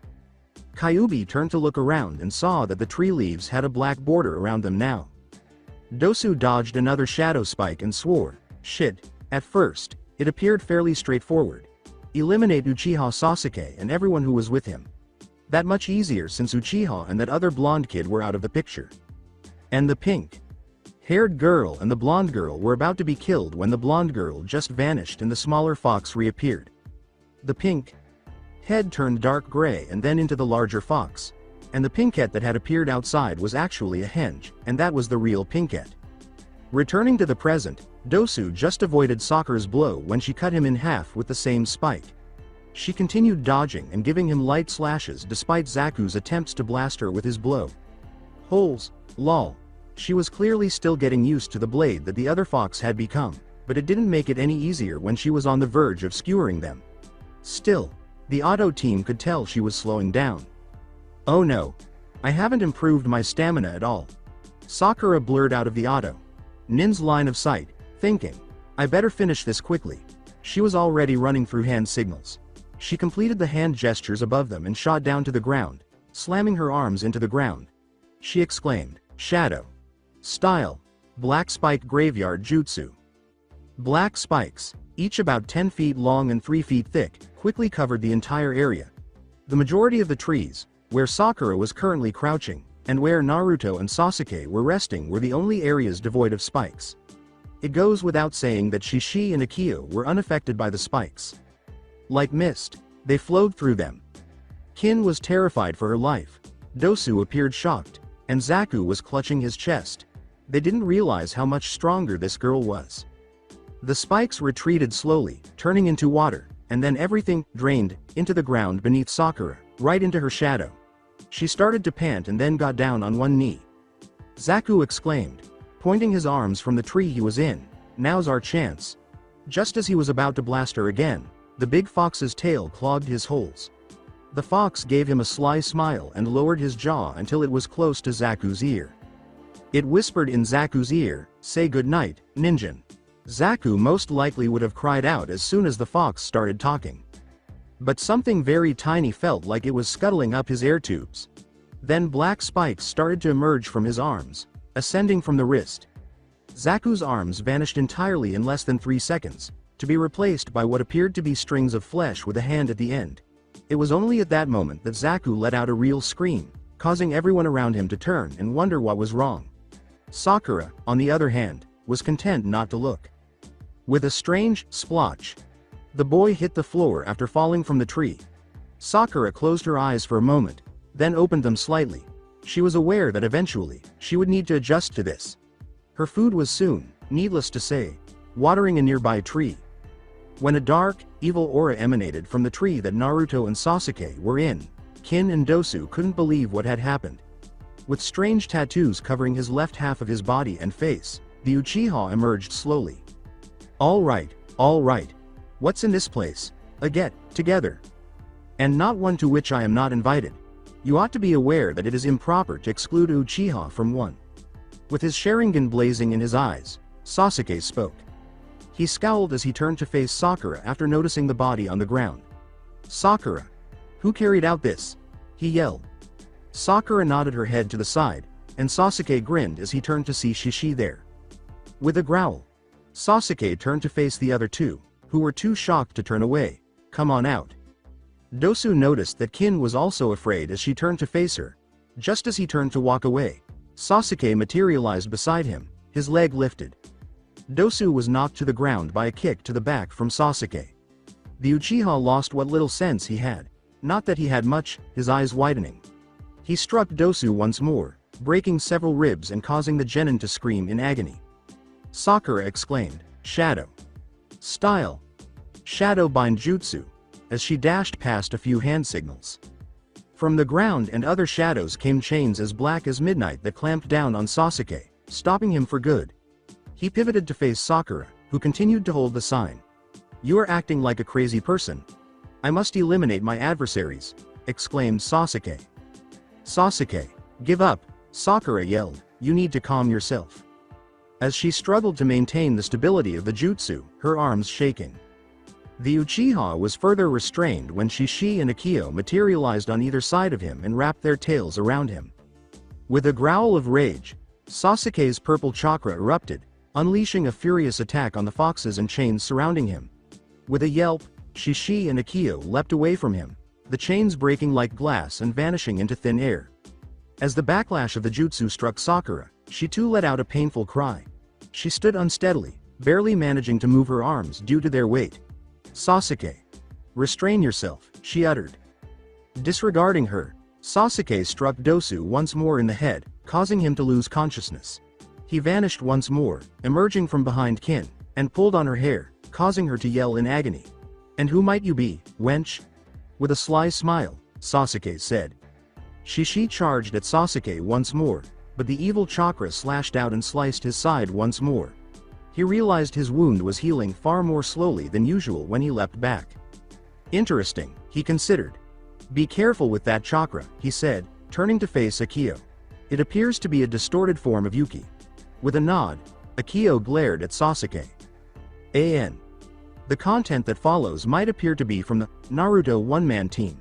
Anyone who enjoys strong Naruto without being a god should definitely check it out. Sasuke gave the terrified Kin the command, take off your clothes. Her eyes were filled with fear as she glanced up at him. It seems that you heard me. You will assist me in rebuilding my clan, girl. It might as well be the first one, for honor's sake. With all the hate she could muster, Kin gave him a glare. But for a split second, she thought she saw Orochimaru when Sasuke glared back. She gave a trembling nod, then raised her hands to her shirt. She started to slowly unbutton it, her hands trembling with terror. Being the impatient asshole that he was, Sasuke lost patience and started doing it by himself. When Sakura finally realized what was happening, she became enraged. Sakura yelled, Sasuke, you are acting like a crazy person. Her two teammates are already down, so please just leave her alone. There's no reason to harm her further. She flinched as Sasuke turned to face her and gave her a glare in return. She was certain of it now. She detested every single damn cell in him. I was a bitch, Kami. It still amazes me that I could have been with him. I'm relieved Naruto corrected me, the pinkette said. She was about to fight some more, if only to partially assist the girl. She obviously didn't want to be with Sasuke after all. Before she could do so, the tree that Naruto was under burst apart, and the said Jinchuriki jumped out before falling to the ground and crouching on all fours in the center of the clearing. He straightened up and looked at Sasuke, who was gripping an Auto.Nin member's hair. Glancing around, he saw a child unconscious from blood loss and most likely pain. The other, unconscious, lay on the ground with a fairly rough appearance. The girl Sasuke was holding by the hair, tears streaming down her face, was what most attracted his attention. Naruto growled and turned to face the Uchiha. Sasuke. You had better explain why that girl is upset. He felt a strange Yuki in his system and growled, his eyes going slit. Like. It felt out of the ordinary. No, it felt correct. He felt as though he was wielding an unbalanced sword when he used Kyuubi's Yuki. It felt like this Yuki was really intended for him. He smiled, his whiskers showing more clearly and his fangs growing. This is nice. It seems more instinctive. Everyone shivered when Naruto's voice changed to that of a demon. With a broad smile, Shishi exclaimed, and here I am thinking that it was just a legend, in his head. Naruto is a really fascinating man. And now he's an extremely uncommon Hanyu, an abyss.fox. Kin was glancing between the man securing her and the man who appeared to be about to kill her at any moment. What is happening? They seemed like teammates to me. They hate each other, but why? She pondered. She made every effort to cover up her blue bra with her arms, but her ample figure made it difficult. Sasuke gave Naruto a devil.may care glare, and the latter returned the glare. Sakura was taken aback to discover that her two allies were now radiating an odd energy. Naruto's, however, was not at all like Sasuke's. Compared to chakra, Naruto's seemed more distinct and much more potent. Though it was dark, there was no sense of evil. Between chakra and what Naruto possessed, Sasuke's appeared corrupted and malevolent. As the Yuki started to encircle him, Naruto remarked, like I said. You better have a good reason why that girl is hurt, Sasuke. His eyes narrowed. Sasuke would have probably said something dumb, but then he noticed a complete change in Naruto's eyes. They were no longer blue. Green gems. They turned completely black, even the white portion. But then, as if a wound were being opened, a red.as blood slit appeared in the center of Naruto's eye, representing his pupil. Naruto appeared to be a real demon now. Oh no. I believe I ruined my pants. Hold on, I'm without pants. Nope. I'm doing fine. With pleasure, Shishi thought. Having to go berserk was far less entertaining than this. Naturally, when he was by himself, he would eventually go insane from delicious. He made the decision to consider that later and concentrate on the fight. That is, the duel between the two children in front of him. He smirked as he turned to face Akio. She seems to be unable to control herself given the strength he is exhibiting. I'm glad to be a member of his pack, so I don't blame her. Have to. Not at all. Fuck. Akio let out a mental scream. As her lust increased, visions of Naruto enticing her filled her head. Now was the time she truly wanted Naruto. It seems Naruto discovered she turned into. Awakened, and smiled at her as he turned to face her. She knew he was telling her to wait because of the gesture he made. For the time being. With his voice still demonic, Naruto uttered, "Leave her go. I really don't want to have to fight you, ass." And furious. Sasuke simply scoffed and smiled even wider as his hand quickly reached Kin's chest. She let out a yell when the Uchiha started prodding her through her bra, and she didn't find it amusing. Not that he was the most kind guy in the world. The Uchiha teased, "Why don't you make me, Dobi? Or are you afraid?" He was kicked on the side of the head less than a millisecond after uttering those words. Hard. He abruptly stopped a few feet away from an enraged and startled Kin, just in time to avoid being struck in the face by a follow-up blow, before taking a hard kick to the chin. Before he could hit the ground headfirst after being propelled into the air, a shadow that appeared to be a hand grasping his ankle stopped him. Sasuke was thrown straight to the ground as the hand suddenly jerked up and smashed him into a tree. Sasuke, with his back to the ground, cleared his throat a little. How in the world is the Dobi this powerful? It makes no difference. He will pass away soon enough. The Avenger thought. Naruto approached him at a leisurely pace, a look of apparent irritation on his face. Naruto said, his eyes flashing red, "Oh, I am afraid. I'm afraid you won't last long to have your fucking punishment carried out." Before he vanished once more and punched Sasuke in the stomach before stomping on his chest. Sasuke let out a painful cry, but was quickly silenced by a blow to the face. Even though it appeared that Naruto had to step off most of the time, he shoved Naruto away. To put some distance between himself and Naruto, Sasuke leapt back. "You'll regret it now, Dobi." Fire. Style. Phoenix Flower Jutsu. Several tiny fireballs were hurled in Naruto's direction, but he easily dodged them all like rubber balls. Fire. Style. Great Fireball Jutsu! Exclaimed a frustrated Sasuke as he began to make more hand gestures. After taking a deep breath, Sasuke let go and launched the fireball directly at Naruto. Naruto just grinned, retracted his fist, and bided his time until the onslaught arrived. He roared and punched forward just as the fireball was about 2 feet away from him, sending the black Yuki straight through the ball and into the Uchiha's face. The Yuki turned into a hand and grabbed Sasuke's face, causing him to scream. Pulling him forward, Naruto prepared to strike with his leg.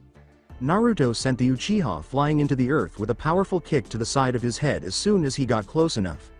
Not even giving him a chance to recover, he shot past hand signals and slammed his hand into his shadow before yelling, "Shadow! Style! Shadow bullets!" A fox head materialized beneath Naruto, then it opened its mouth and several pong ball sized black bullets shot in the direction of the Uchiha. The blow to his head and body was so powerful that it rendered him unconscious. With his 6 tails clapping together, Shishi exclaimed, "Booyah! Ladies and gentlemen, we have a winner. From Konohanga. Stupid, I bring you, the mighty abyss." "Hanyu, Naruto Uzumaki," said the fox. At the clapping fox, Sakura giggled and Naruto laughed. Akio was trying not to fuck Naruto and rip his pants off. Kin was conflicted about whether to be more shocked by Naruto's overwhelming strength or by the fox's foolish yelling. "Am I having a dream?" she thought. "I don't think foxes are supposed to talk." Then she saw that Naruto, the blonde child, was approaching her and that his eyes had turned back to their usual blue color. She attempted to crawl back, but she was forced to stop when her back struck a tree. How wonderful! Not only did that chicken butt guy almost rape me, but now this blonde kid is going to do it. It's not my day today. Warmly smiling, he said, "Don't worry. I promise not to hurt you." "What's your name?" she asked, her face slightly flushed as his breath touched her cheek. The girl whispered, K. Kin. Tease. Tsuchi Kin. As her voice faltered. With a smile, Naruto approached Sasuke and opened the Red Queen seal. Sakura, bewildered and terrified of what Naruto was going to do, said, Naruto. What are you doing? Naruto raised his sword above his head and gave her a fierce response. Wait, it's Naruto. Naruto exclaimed as his bright red blade descended. It attached itself to the exact spot on Sasuke's shoulder where the curse seal was. But rather than blood spurting out, Sasuke's surroundings were mostly covered in black ink that sprayed out. But soon, the ink was drawn like a vacuum into Naruto's blade. Sasuke returned to normal after the ordeal was over, without any marks or anything. Naruto smirked and mumbled, there. Now the Teme can't call upon that shit. Might want to button up, since one of your teammates is dying and the other is out cold. He turned to Kin. Kin turned to face her teammates. Zaku appeared pale and was heavily bleeding. Did he even have a breath? Regarding Dosu, he was severely beaten by the Uchiha. He was purple and most likely won't wake up for some time. With his bones cracking, Naruto stretched one more time. He discovered that Dosu and Zaku had the necessary scroll after looking through their pockets. Naruto threw the heaven scroll to Sakura and said, Come on Sakura, we're heading towards the tower. She nodded as she slipped the scroll into her pouch and caught it with ease. He sent Kin a final smile before turning to face Sasuke and giving him a kick before turning to leave. He muttered, I'm not picking that up, over his shoulder. With a sigh, Sakura acknowledged that, quite honestly, she didn't want to interact with Sasuke in any way, let alone touch him. Akio had already wrapped herself around Naruto's neck and was licking his face all over again in a seductive manner, leaving Shishi beside the Uchiha. He gave said emo a quick glance before getting angry and yelling at their retreating backs. I fucking hate you guys. He picked up the Uchiha by the ankle and proceeded to grab a handful of large leaves, somehow managing to wrap them around his tail. Then Shishi leapt after the others, making sure to use the leaves to keep the Uchiha from touching his tails and to smash it into any nearby tree. In the meantime, Kin buttoned her vest once more and turned to face the boy with the blonde hair. I didn't even get a chance to thank him, she sighed and made her way to the central tower. Why should she care about what happened to her teammates when they were so cruel to her? When they arrived at the central tower, Sasuke was awake and perplexed as to why he was bruised and covered in blood. With Sasuke following closely, the other two entered the tower without even glancing at him. He rubbed the back of his head and mumbled, I had the weirdest dream. Not really interested, Naruto asked, really? Sakura tried not to kill Sasuke at that moment, but even so, she was met with disdain. For a moment, I thought I had this strange power. Then you had a different power, Dobi. After that, I beat the crap out of you. Of course, it's simply a sign that I'm far stronger than you. Sakura said smugly. But she did promise to ruin his life as much as she could from now on. When they looked up, they saw that they were in a big, cubic room with a big board full of strange words on it. Sakura seemed to understand what it meant. It means if you lack wisdom, train your mind. If you lack strength, train your body. She said. While Sasuke bore a brooding expression to mask his confusion, Naruto tilted his head to one side. But his bruises gave him an odd appearance, which made his brooding seem strange. Uchiha, go train your brain, till you can't even remember your name. Instructed Akio. With confusion in his eyes, Sasuke turned to face her and wondered why the small fox was yapping at him. He merely glared at it and prepared to strike it since it appeared to be giving him instructions. Before Shishi's tail whacked him in the chest, Naruto gave him a surprise punch to the face, and Sakura's foot kicked him in the stomach, though it appeared like she was aiming lower. She cursed herself and said something about being a broken baby. Maker, so you could tell. He collapsed to the ground a short distance away from his group, lying on his stomach and gasping from the intense pain. Making sure to get some on the back of Sasuke's neck, Akio leapt onto his back and proceeded to urinate on the Uchiha emblem. When Sasuke noticed his back was wet, he chose to ignore it, thinking it was due to his excessive perspiration. However, that also applied to his face, hair, armpits, and forehead shield. So why was his back feeling warmer than usual was the only question on his mind. Naruto said, "Open the scroll." Sakura nodded and followed his instructions. When Sakura opened the heavens and Naruto opened the earth, they discovered a kind of seal covering it. Sakura scowled in bewilderment, but Naruto's eyes grew wide upon realizing what was in the seal. "Throw it," he exclaimed, tossing the scroll across the room and out of his reach. Sakura followed suit, causing the two scrolls to intersect. There, waiting inside the smoke, was the silhouette of a human. The two foxes had their fangs and claws bared. Sakura opened her canteen to use what little water she had left, and Naruto called for Kitsune. "Sasuke." He continued to whine about how painful his face was. Upon the smoke subsiding, Iruka stood grinning. He exclaimed, "Hey guys. Congrats on passing the second part of the exam. With joy." They'll unwind, happy to have a friend around. Sakura murmured, her eyes drooping slightly, "Iruka. Sensei. Good to see you. Hey, can we find some place to rest? I really think I'm gonna collapse out any moment now." Smiling and letting out a sigh, Naruto took up her bridal style. She mumbled, "Thanks, Ni-san," before giving in to exhaustion from not getting enough sleep during the majority of the test. Iruka motioned for them to follow, and Naruto laughed. Naruto thought it strange that their room number was 9 as he led them to a chamber. He gave a shrug. It became his favorite number, so whatever. He locked the door behind him and placed Sakura in one of the beds, with Sasuke leaving too. Whatever the hell he's got on the reg. In order to prevent anyone from bothering his Chan, Naruto made sure a shadow clone was stationed to watch over the door.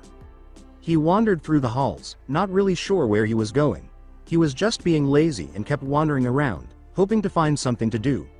His stomach growled and he stopped, giving it some serious thought, just as he was about to head back to their team room, certain that he had seen something. He could not recall coming across any appetizing food. Using his nose, he decided to remember when he couldn't. He continued to wander, sniffing from one place to another in an attempt to find anything to eat, when his nose detected a familiar smell. His eyes grew wide, then he shot down the hallway in the direction of the stench. After sprinting past windows, stairs, hallways, and other obstacles, Naruto eventually arrives at the location where the mouth-watering scent first caught his attention. He discovered Tucci and Ayame beside a little cart with pots of ramen inside and a stove. His mouth was watering as he charged at the two civilians, frightening the living daylights out of them. "Can I have some ramen? I got money. Please let me eat some ramen. I'm hungry as hell," he exclaimed in a single breath, without even pausing to explain. While Tucci was trying to figure out what the bouncing kid was saying, Ayame giggled. However, it was quickly apparent that it was a ramen stand. "Sure thing, Naruto. It's been a while since you came around, and I was worrying for you. What'll it be?" replied Tucci. Just as Naruto was going to respond, two bodies approached from either side and stood, one considerably bigger than the other. Shishi and Choji were there. Naruto said, "Hey guys, want some ramen?" "On me." Choji nodded cheerfully, and Shishi grinned in a way reminiscent of Naruto. Naruto nodded to Shishi and started whispering the word F into his ear. "Oh right, introductions. Choji, this is Shido. Shido equals shade. Shishi. He's kinda like a brother to me. Shishi. This is Akamichi Choji. Him, Shika, and I used to get in a lot of trouble back then, so we're childhood friends." Glancing at Choji, Shishi said, "Hello Choji-san. So you like ramen too, eh?" Choji gave Shishi a friendly wave and said, "Yup." Shishi grinned and gave it a happy shake.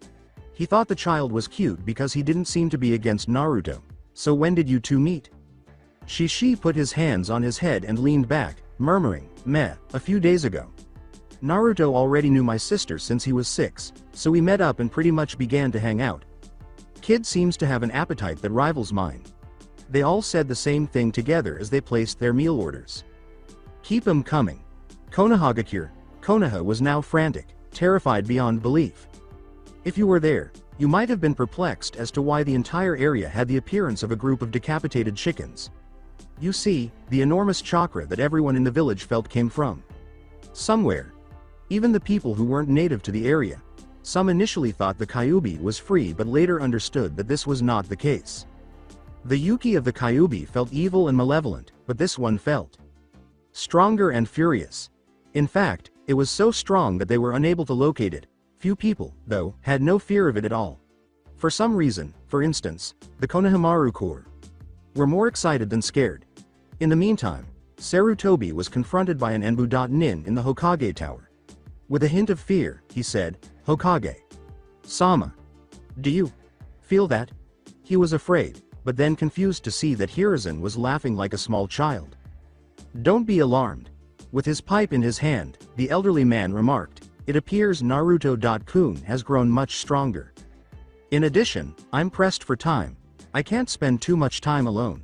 The Hokage said, "Please go, but do let me know if anything else happens." With a nod, the Anbu vanished amidst a flurry of foliage.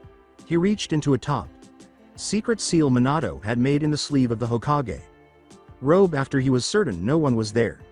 A tiny orange book materialized in his hands with a puff. As he claimed, he was only able to use his lightning fast vision to complete one page before another Anbu materialized, kneeling in front of him. He wiped the blood from his nose and replaced the book in its seal faster than a typical Shunshin, then struck a formal pose.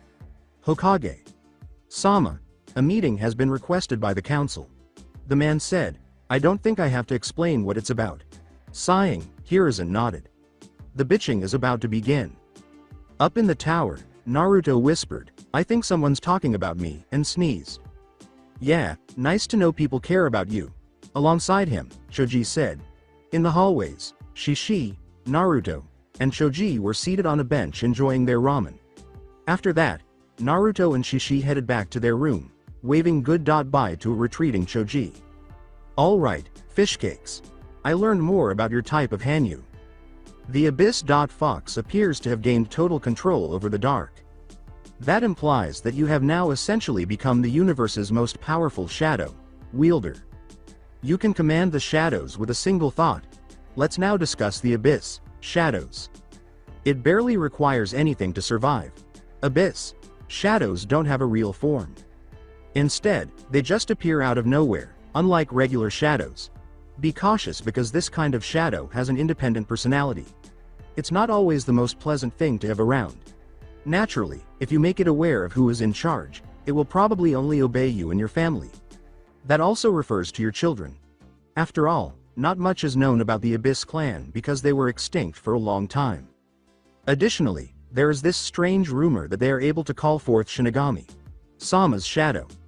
In addition, the fox itself is addressed by the Abyss shadow. Shishi finished. I'm tired of chatting. Usually it was his deeds, not his words, that annoyed me. The eyes of Naruto were larger than saucers. He mumbled, staring straight ahead, Shinigami. Shadow. Death. His eyes entered what he described as a demonic state, and a smile stretched across his face. His voice was that of an evil demon, and he said, I like this already. Shishi grinned too, and his eyes changed from normal blue to demonic gold. Yes. It's time to unleash mayhem on all the numbskulls who will soon realize who is in charge. Come on. I have something to show you up on the roof. We're going to give this entire village a very clear message, you and I. With the bitching civilians and the suffering Hokage, clan heads. For what seemed like the 100th time in those 10 minutes, Hiruzen let out a sigh. Hokage Sama. Clearly, the Kyuubi has been released by the Uzumaki brat. The girl with pink hair exclaimed. As we speak, the Kyuubi might be infiltrating the boy's mind and preparing to destroy us all. Sighing once more, he turned to face the door in front of him. He saw that the heads of the clan were all staring in the same direction, their minds perfectly synced. Freedom. They stared at the door as if it were the most amazing thing in the world, thinking, it's only across the room, yet I am right here. They were crying like little children, and it seemed like Kami was waiting for them to fall into his arms on the other side. They shed tears internally for the time being. I suggest we put the boy to death right away. Who knows when the Kyuubi will have another effect on the boy if we don't? Glaring at Sarutobi, Homura said. The elderly man merely arched an eyebrow and was ready to refute it when he smirked at the thought that crossed his mind. No, I won't put him to death. Primarily because everyone is reading it backwards. Accompanied by bewildered expressions, Sarutobi proceeded. The fox is not influencing Naruto in any way. Rather, the fox is being influenced by Naruto. I am totally confident that Naruto will contain Kyuubi. Even so, the council managed to make fun of our fair-haired hero. Even so, he is in the same team as not only Uchiha Sama, but my daughter, Asako yelled. I guess she wasn't the quietest of women. Just as Sarutobi was about to say something, probably to tell her to stop talking, there was a loud noise throughout the room. Since they had never heard anything like it, it sounded strange, and then there was a singer. Roof of tower. Naruto and Shishi were standing on the roof, each holding an object. Shishi claimed that both boys had a electric guitar, and it appeared to go well with their personal style. I'm sure you have enough creativity to make your own guitar. Naruto cast a mildly irritated glance at Shishi. You know, I could have been training instead of learning how to use this. You were getting ready. While you were undergoing the actual training, I was instructing a shadow copy of you. Oh, right. Anyway, let's see if the village will mess with you when they hear this tune. With a nod, Naruto started to strumming. Shishi was right behind them, making drumming noises with his tails as he slammed into the ground. When the song ended, Shishi grinned. He couldn't recall a time when singing had brought him such joy. If there was anything he enjoyed more than going bonkers, it was picking up some chords and experimenting with effects. After a while, the sky stabilized, and Naruto moved on to enter the tower once more. Shishi noticed the village was still in a state of panic and grinned. Dude, this is so much fun, he exclaimed. Satisfied with their work, he turned and followed the Jinchuriki. Within the tower, entering his room, Naruto was just in time to see the body shoot straight towards him. Naruto.kun. Wow. I had no idea you were such a talented singer. Speaking from above him, Akio said. Naruto grinned at his friend. Well, I'm not certain. It sort of just occurred to me. Naruto gave a sheepish response. What more could he sing? Was his question. At this point, the author is perplexed as to what else Naruto could possibly sing. Hi. How about me? Shishi inquired. Oh, you did good ni-san. Without even looking at him, Akio muttered. With a moan, Shishi transformed back into a fox, curled into a ball, and fell asleep. Akio questioned, so what now what? Naruto sighed and took a moment to reflect. It appeared as though he was attempting to decide on something. I have to locate Hinata. I also need to clarify a few things with her. You mean the CRA thing the old man was talking about? Yes. With a nod, Akio transformed into a fox and curled up around Naruto's neck. Naruto grinned and went back out into the street. He continued to scan his surroundings and soon detected Hinata's signature scent, that of cinnamon buns. Naruto grinned. Let's check in on her. Unaware of the blue eyes trailing him, Naruto descended a flight of stairs and disappeared from the hallway. Naruto. Uzumaki. It took him a few minutes to locate Hinata and her group. Hinata was jabbing her fingers at him, Kiba was staring at the ground, and Shino was as stoic as ever. There was no sign of Kurenai. Hey Hinata. Chan. Naruto said hello. Hinata expressed surprise that he had noticed her at all. Hi, Naruto.kun. Was her hesitant response. Though it appeared that Kiba was attempting to avoid upsetting him, Naruto greeted the other two. Funny, too. Hinata. I need to talk to you. Privately. Hinata nodded, perplexed as to why Naruto was acting so tense. She blushed profusely as he took her hand and led her away from her squad. Even though he knew better than to enrage someone like Naruto, Kiba still had feelings for her. Naruto turned to Hinata in another section of the hallway and started. Getting a nod, Hinata. You know about the CRA, correct? Well, I'm in it, and was wondering if you would be one of my wives? Near the end, it sounded like he was squeaking. With a glazed expression, Hinata stood there. It wasn't important then and there, but she wasn't sure if she would have responded. Naruto moved closer, planting a kiss on her lips. She stood there, arms limp and legs trembling, eyes rolling to the back of her head. Naruto desired to chuckle. Despite people's advice to the contrary, she was consistently kind to him. She loved him, even just by that. The main reason he liked her was that she showed concern and was there for him when he was beaten. Mini. Retrospective. With his wounds still bleeding and his body battered, Naruto lay on the ground. He was having trouble breathing, much less staying awake. Oh no, I won't try to assist a stranger's child again while his parents are present. I should have probably left the ball on the roof, Naruto moaned in agony. Even though his wounds were healing, it didn't feel good. It was a little uncomfortable and it tingled. All he did was shut his eyes and wait for sleep to come. When he heard the shuffling of footsteps, that was not the case. He moaned, waiting for the beating to cause more suffering. Rather, he sensed a tiny, tender hand caress his cheek. Though it hurt to breathe, he wanted to smile and keep thinking that this was a wonderful dream. He refrained from opening his eyes, fearing that the hand would vanish. For a brief moment, the hand left him, and then he felt it close to a few of the smaller cuts and bruises, which were healing much more quickly than before. He opened his eye to see tiny lips kissing his forehead and a few strands of indigo blue hair as the hands left. I believe I recall her. Is she not the Hyuga's heir apparent? Yes, I think Hinata, he thought, closing his eyes once more as sleep finally set in. After giving him one more long glance, Hinata took the boy's hand and walked away, hoping the boy would survive. Naruto beamed at her and Akio appeared beside him, holding him securely without causing any harm. Akio muttered, "She seems nice, doesn't she, Naruto? Sama?" She made sure to heal him on the way as she carried him to his apartment. Naruto grinned despite being unable to reply. Finalize flashback. Returning to the present, Naruto released Hinata's lips and grinned at her when she whimpered at not being touched. He smiled at her still. Dazed face and put his arms around her waist, leaning his forehead against hers. He whispered, "What do you say, Hinata?" "Chan," as she met his eyes and felt his breath brush her cheek. She knew he was nervous, even though he was just acting that way. Even though she was still partially in a daze, she was still able to nod and smile, her face already turning several shades of red. "They're all pretty cute, by the way. Y.yes, na.n.nerude.to. K. Who, N. She stammered, her voice barely audible above a whisper. With a blinding smile, Naruto grabbed her by the waist and whirled her around. She laughed, which was unusual for him to hear. When they came to a halt, Akio leapt from Naruto's neck to the inside of Hinata's sweater, causing the heiress to give her a startled "eep" before joyfully poking her head out from under the jacket. With a laugh, Naruto gave Hinata another kiss. She continued to blush, but her smile was wider. It seemed like she was having trouble staying awake. He tightly gripped Hinata. "Chan," and said, "You can rest, Hinata." "Chan." She nodded and then collapsed into his arms, hoping that this was not a dream. With the idiot from Uchiha, Sasuke was furious when he thought back to that dream.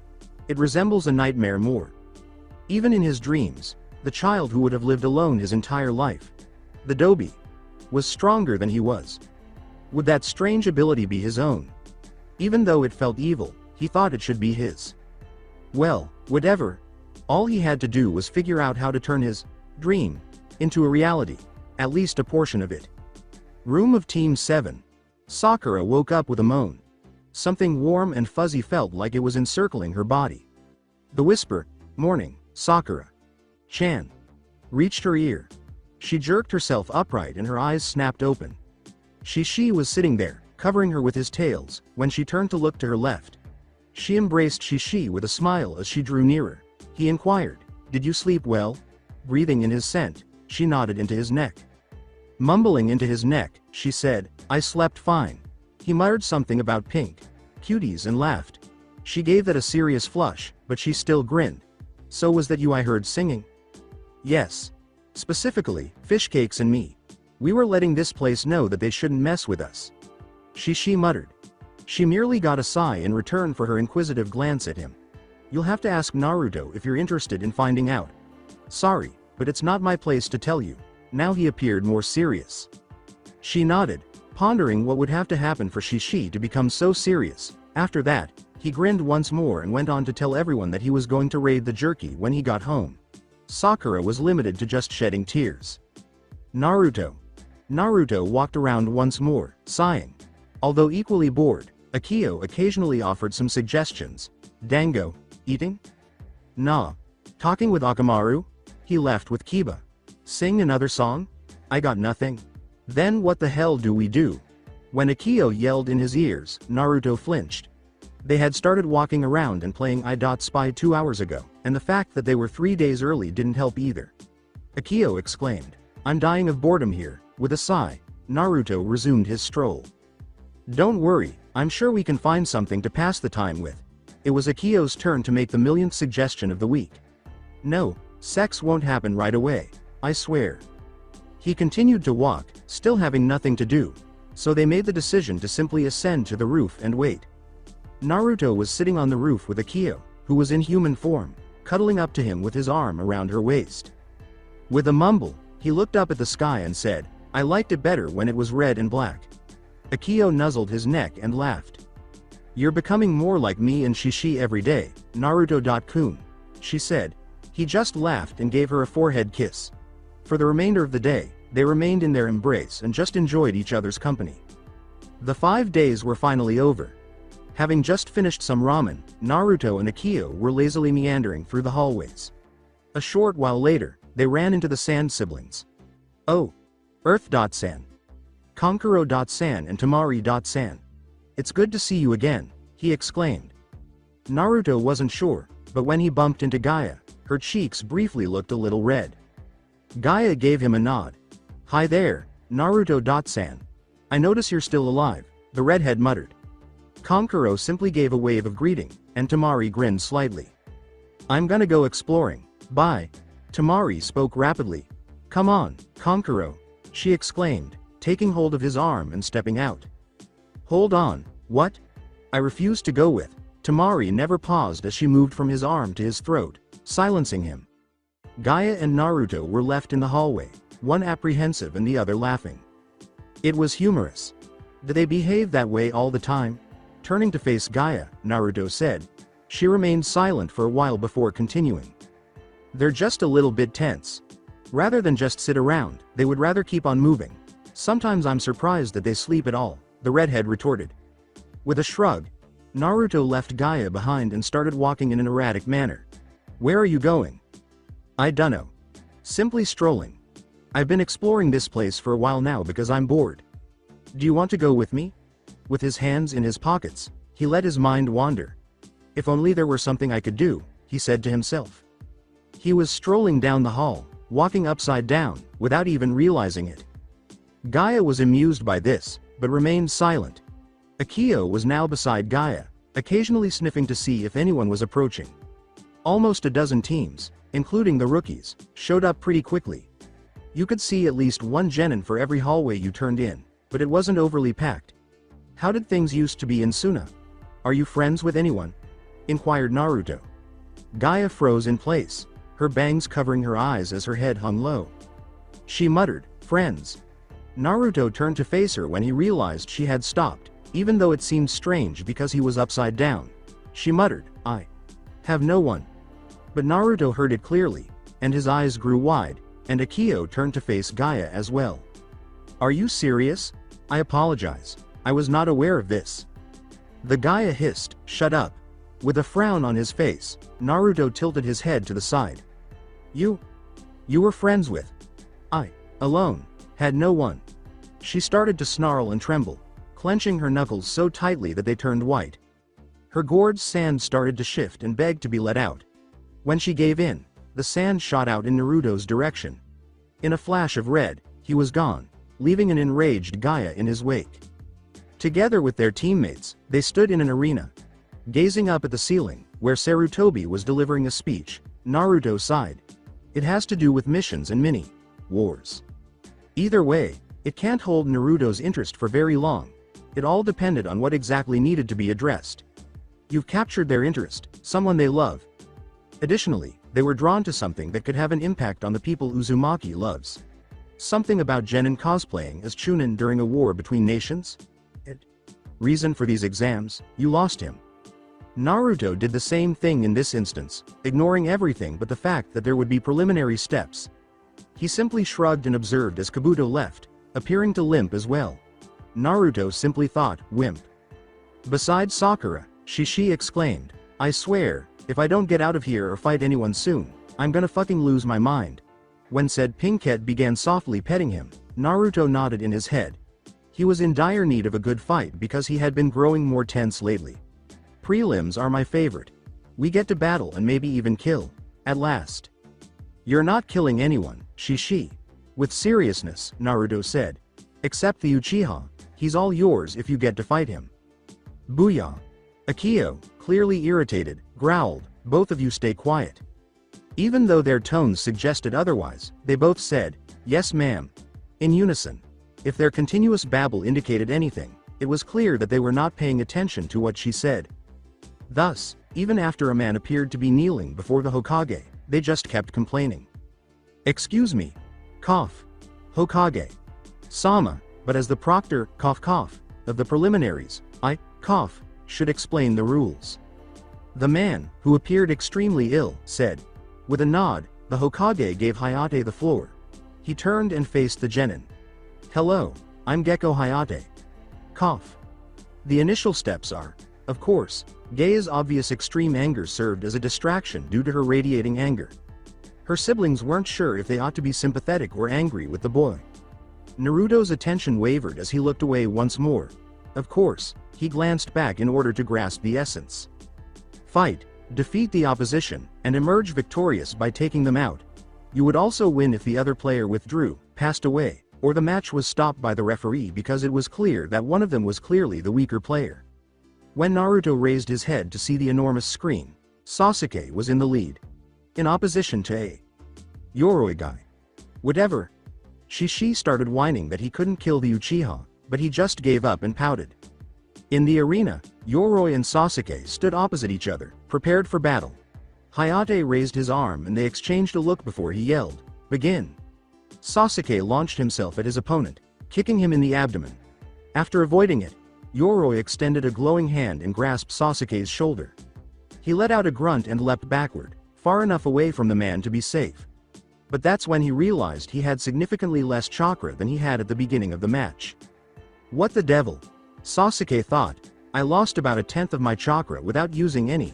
He focused more on Yoroi's hands. How has he affected my chakra? Was my chakra somehow depleted by him? Tomo narrowed his eyes and began spinning erratically in his Sharingan. It was Yoroi who spoke this time. Bewildered, the guy in the mask smirked. With just a slight touch, I can effortlessly absorb your chakra and use it as my own. Sasuke scoffed and proceeded to run through hand signs and throw multiple shuriken, all of which were avoided. He inhaled deeply and then exhaled as the fireball came directly at Yoroi. Fire. Style. Great fireball jutsu. Yoroi leapt aside, crouching to the ground as he did so, but was unable to avoid Sasuke's counterattack, which involved him crouching down and kicking Yoroi in the chin, sending the man skyward. Then, still in midair, he materialized beneath Yoroi and they both slowly descended back to the ground, him punching and kicking.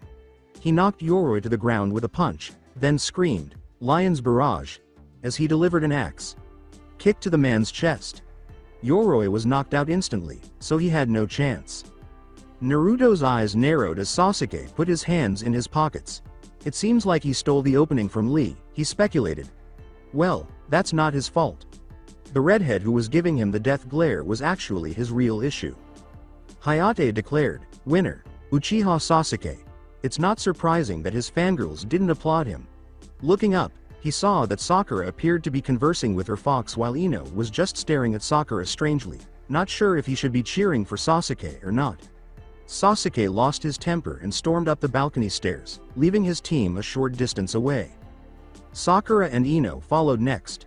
Will Haruno Sakura and Yamanaka Ino please come down to the arena? With Shishi instantly beside her, Sakura leapt from the balcony and landed gracefully on her feet. Unsure of this, Ino just walked down the stairs. Sakura was clearly no longer a pushover, as she could tell. Good luck, Ino. Sakura grinned and said. She nodded as the fox transformed into a sizable, unusual blade and peered down at Shishi. Although a little uneasy, Ino assumed the standard academy stance. You sense the discomfort, Naruto thought to himself. He arched an eyebrow at the giggling he heard in his head. Chan. You're awake, I see. How did you rest? Naruto inquired. I did sleep well, Naruto.kun. However, I'm still a little sleepy, Kyuubi muttered to himself. Yes, that's right. It makes me wonder, why do you always feel drowsy? With nervousness, he asked, is there something you want to tell me? Rest easy, Naruto.kun.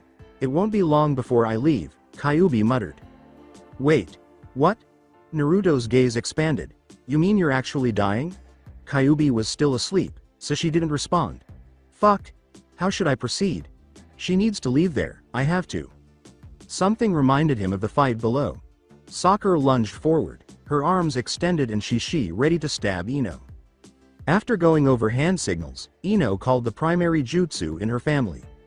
She exclaimed, "Mind transfer jutsu," before going limp.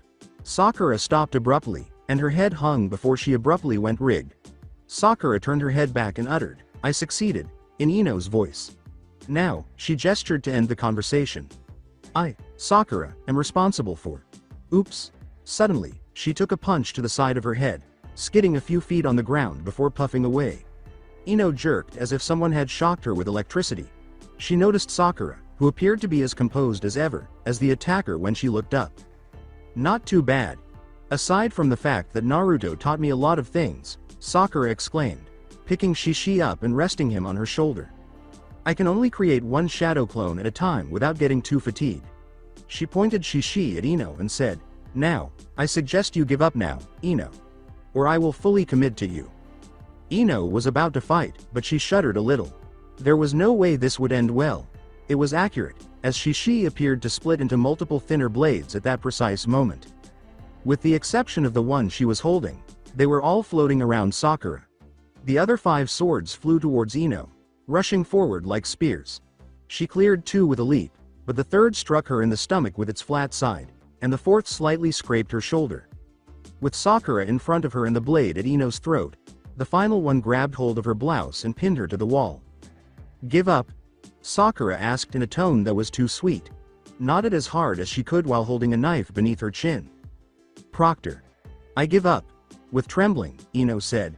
Sakura nodded and released Ino as the fragments of the sword came together and Shishi transformed back into a fox.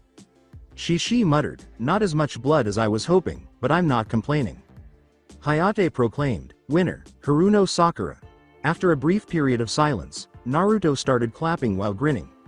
Soon, as Sakura leapt back up to her team, a few more people joined in the applause. "Well done, Sakura. You're improving." Naruto gave a compliment. Sakura thanked him and nodded before moving on to the next match. Naruto's eyes widened in shock at this one. "Will Hyuga Neji and Hyuga Hinata please come down to the arena?" As Hinata descended, Naruto materialized beside her in an instant. "Hinata, stop appearing so anxious. Give it your all, and I'm sure you'll succeed," he told her. Nodding, she headed down the stairs to where her cousin was waiting. "It's time for you to give up, Hinata. Sama. You are doomed to lose, regardless of what Naruto-san told you.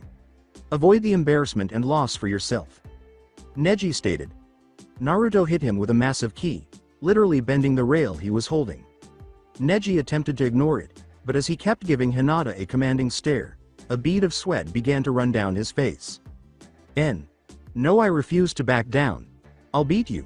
Near the end of the battle, determined to win, she stammered. Neji just scoffed as Naruto smirked at her arrogance. "Excellent.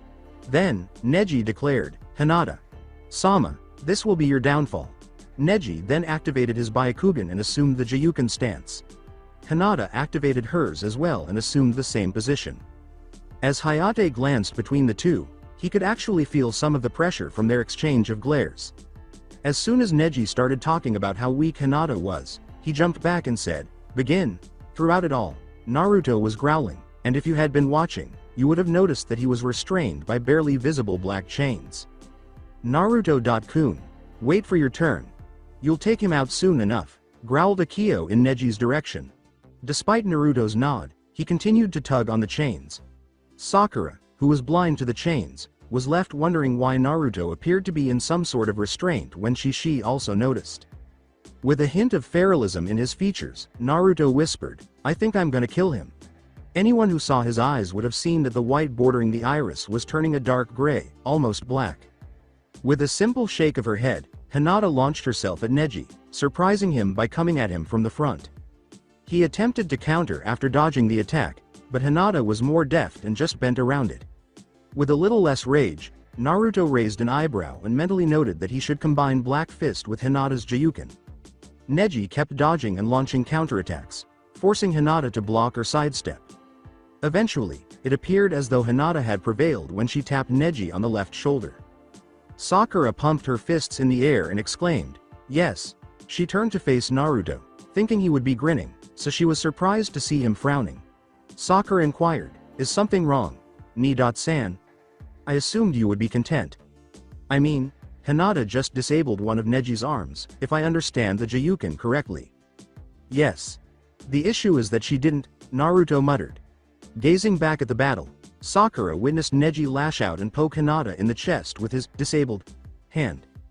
Hinata started to tremble and cough up blood almost immediately after, breathing heavily. She took a step forward, but she was able to get back into her Jiyuken position. Neji scowled a little, not thinking she would go on. I would suggest against it. You are going to lose if you go on. There is nothing you can do about it. It is how fate decreed it. A few people on the balcony leaned in closer to hear Hinata say, N. No, I promise not to give up. I'll N. Never give up, she muttered, launching another assault as she charged ahead. Neji continued to dodge, striking quickly and precisely as she blocked the chakra from reaching her left arm. Then she took a kick to the stomach and fell face down to the ground. Naruto almost threw himself over the railing, but he stopped himself. Observe. You are not better than me, and you never will be. No matter how hard or how long you train, you will always fall short. You are not going to get stronger, no matter how hard you try. Neji remarked, you are weak, and you are destined to lose. Once again, Hinata was barely able to stand. Not at all. You're not correct, Neji.ni.san. For I refuse to back down. Not with Naruto.kun supporting me. She could almost feel the grin that the blonde was aiming at her back. I promise not to give up. That's my ninja method, she declared. Neji turned to face the proctor, clearly annoyed. I suggest you end this match now, or I will not be held responsible for her injuries, he responded. Huge bull. Inside his head, Naruto screamed. God, did everyone around him feel sorry for the rail that he'd torn and twisted with just his hands? Just as the match official was about to declare it over, Hinata charged in for a final blow. Neji, who was still not too hurt, sidestepped them with ease and struck her in the chest one more time. She collapsed onto her hands and knees, leaking blood slowly from her mouth.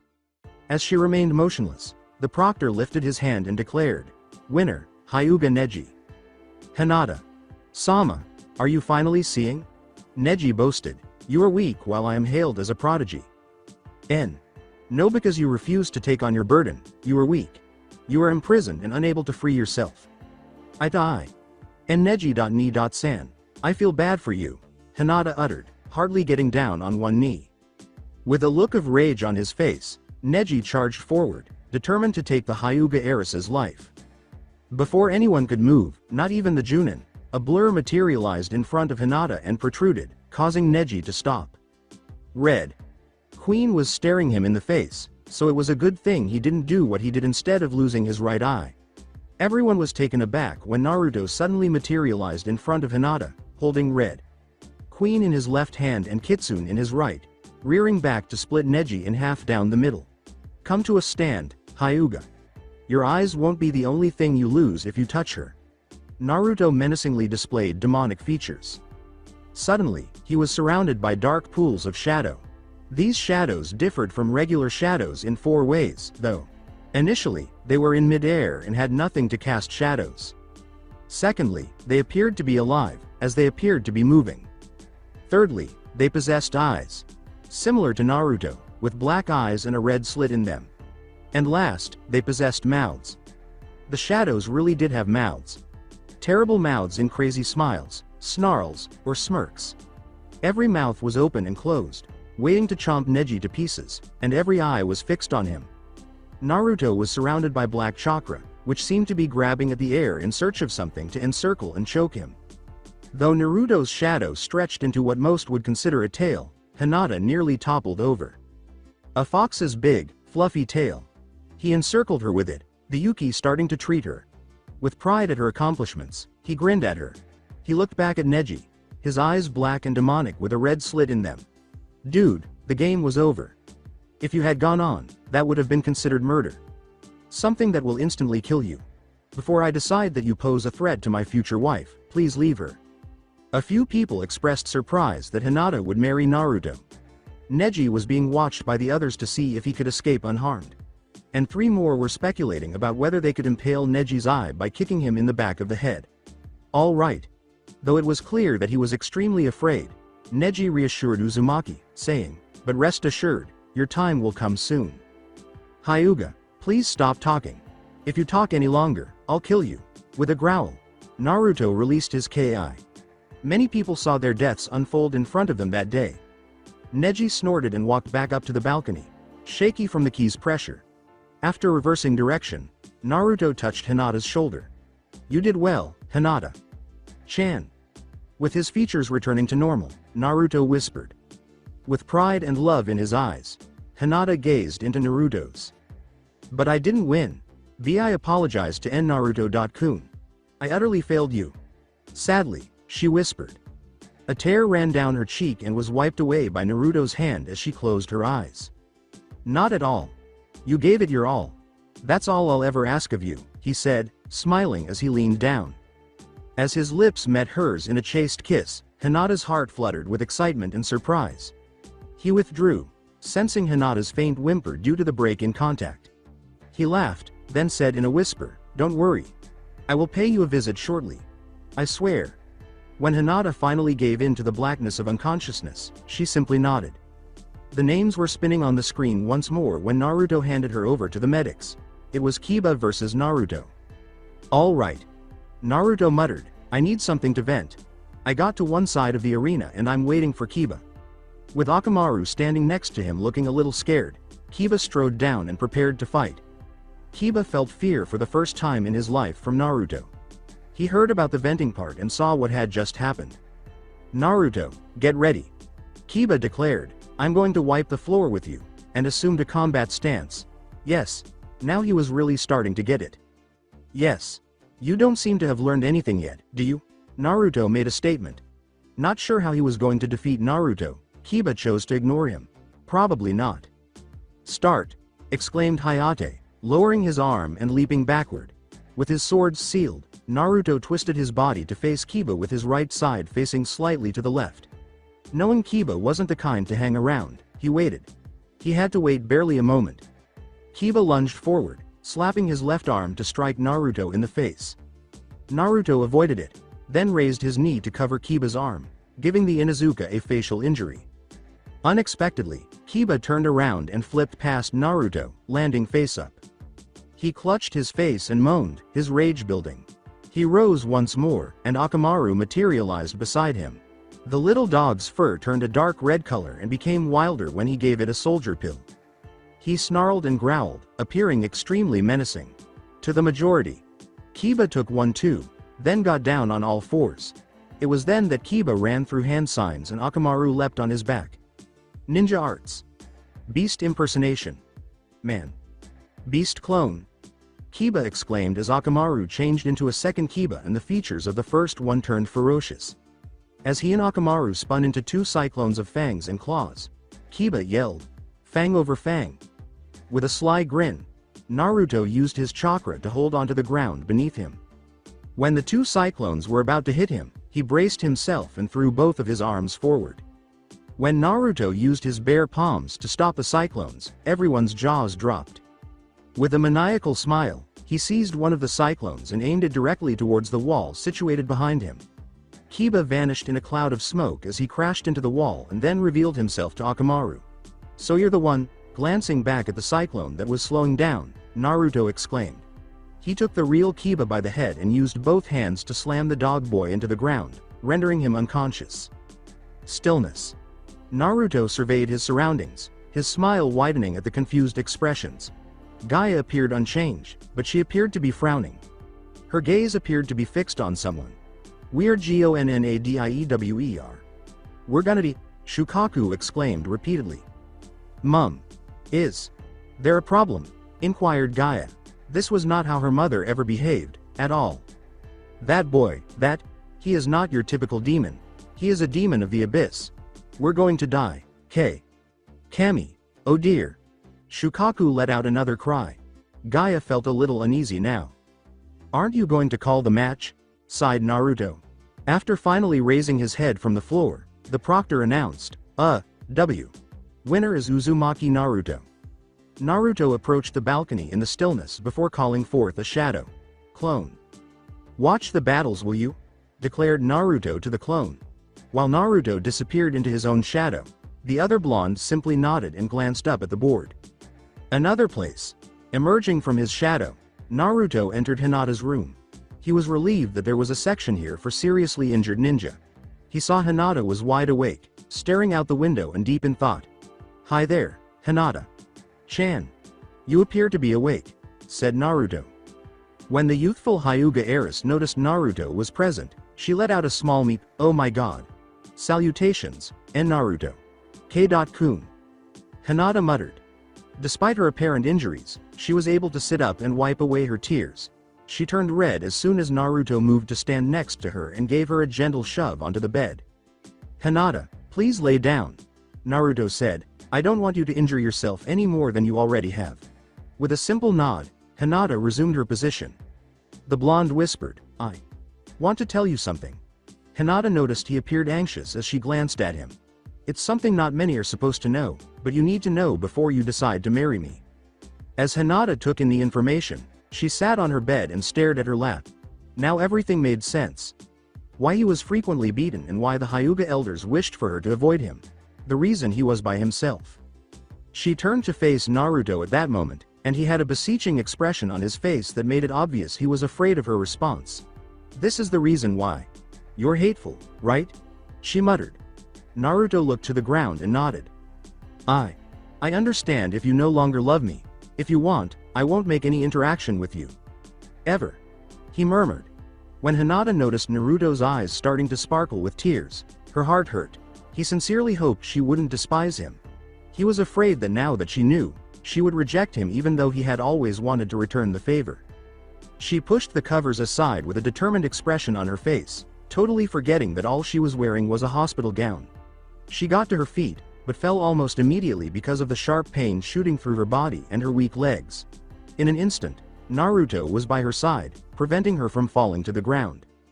Naruto worriedly exclaimed, "Hinata, don't, you're still too hurt." "I don't care. I don't care why other people hate you. It still doesn't change the fact that she said, growing reticent as the speech came to an end. That's when she realized at last that all she had on was a hospital gown. She felt herself about to faint at any moment, and her face flushed several shades of red. "That I love you," was all she could manage before collapsing into his arms due to the agony of getting up and her humiliation. For several minutes, Naruto fixed his gaze forward, mentally repeating the final 3 words Hinata had uttered. He whispered to no one in particular, "She loves me." As he looked down at the girl he was holding, a smile slowly appeared on his lips. He put her back on the bed and lowered himself slowly into his shadow. It's time to leave. Returning to the arena, before dispelling the clone and obtaining its memories, Naruto emerged from behind it. It seems that Shikamaru engaged in combat with some Kusa-nin, with said lazy idiot emerging victorious. The plump boy lost the battle against the other Kusa-nin that Choji engaged in. And Shino prevailed in his fight with the final Kusa from the same squad. When Gaia and Rock Lee battled, the boy in spandex suffered serious injuries to his arm and leg. After a battle between Tenten and Temari, Tenten's weapons had no effect on the Sunakunoichi. Kankuro also battled Yoroi's teammate. The others were now arranged in a line, and a hat containing a number was being passed around to decide who would face whom in the final exam section. Anko gave the order, "Now say your number so we can determine when and who you fight." Naruto, 1. Neji, 2, 8, Earth. Kankuro says, 3. Kusa.nin, 6. She wore the same outfit as her teammates, with blue hair pulled back into a ponytail that nearly reached her butt and green eyes. Sho was her name. Shino says, 4. Sakura. 5. Shikamaru, 10. Temari, 9. Anko wrote something on a board and turned it so the genin could see it. That leaves 7 for the Uchiha. Okay, this is how it goes. It included the following. Neji vs Naruto, Shino vs Kankuro. Sho vs Sakura, Sasuke and Gaia, Shikamaru vs Temari. As soon as she said, Naruto vanished in an instant and reappeared beside the Hokage. "You will have a month for extra training to improve yourselves. Now go on, we'll see you later."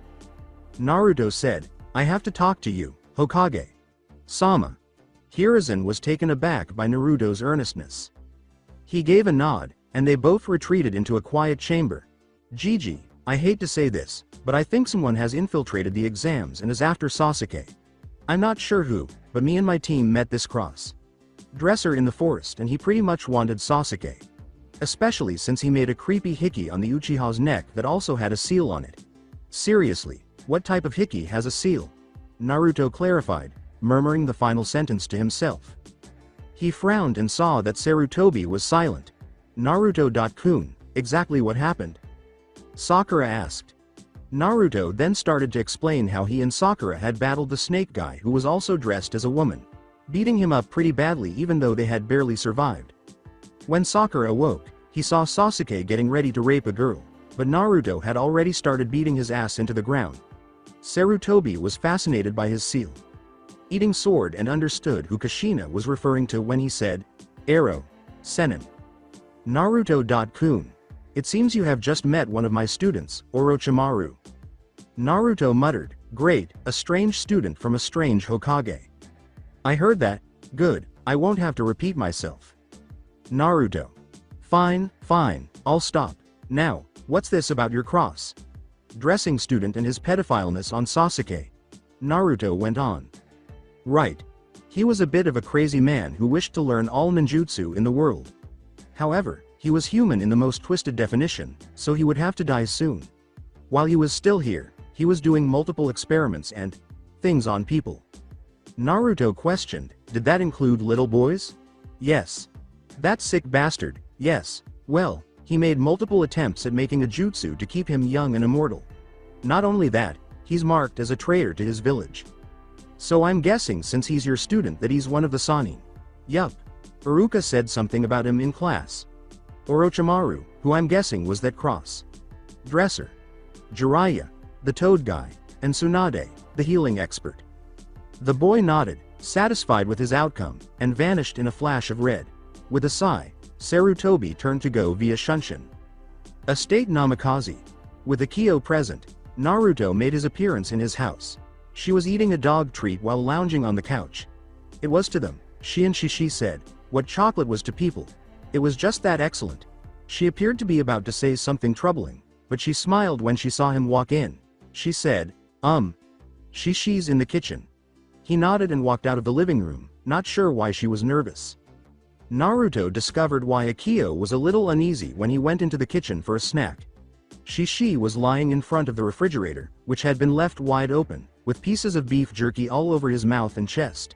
He appeared to be very content. Since the demon was kicking his left foot and mumbling about crappy pedophiles and crazy snake cross-dressers, he made the decision to let him sleep. It appears that he is still considering Orochimaru. Alright, I don't blame him. But for now, I really need to concentrate, he thought. He entered an office upstairs. The office of his father. He realized it was a funny idea, but this was not the right moment. He had work to do. He looked down at the seal on his stomach as he lifted a small portion of his shirt. He took out a brush and paper, and with the ink, he copied his seal onto the paper. Then he turned to study the seal and started mentally organizing his plans. I must figure out a way.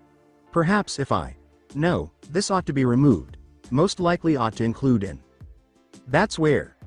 Oh no, I wish I had known if it would succeed or fail. Perhaps I would ask that Jiraiya guy if he were here. Well, I guess I should go see what can be done. He thought, perhaps Kakashi Sensei can teach me something new, as he stood up and tucked the scroll into his pocket. Though he would find out later, he was still unsure if the changes would be successful. After Sakura had just entered after Akio had let her in, he went back downstairs. She said, sounding a little anxious, hey Naruto, how you doing? I wanted to ask you something. If that's okay with you. With a nod, Naruto showed her to the backyard where they took a seat across from one another. I wanted to know why the village hates you. Shishi said that you would tell me if you feel ready and that it wasn't his place to tell. Will you tell me? She inquired. After a brief period of silence, Naruto let out a sigh. Before continuing with his explanation, he muttered, you're a smart girl, so whether I tell you or not won't matter. You'll find out soon enough. Sakura nodded and said, as you know, the Kyuubi attacked 13 years ago. The Yondaime Hokage died, but managed to kill the Kyuubi. Or at least, that's what they tell us.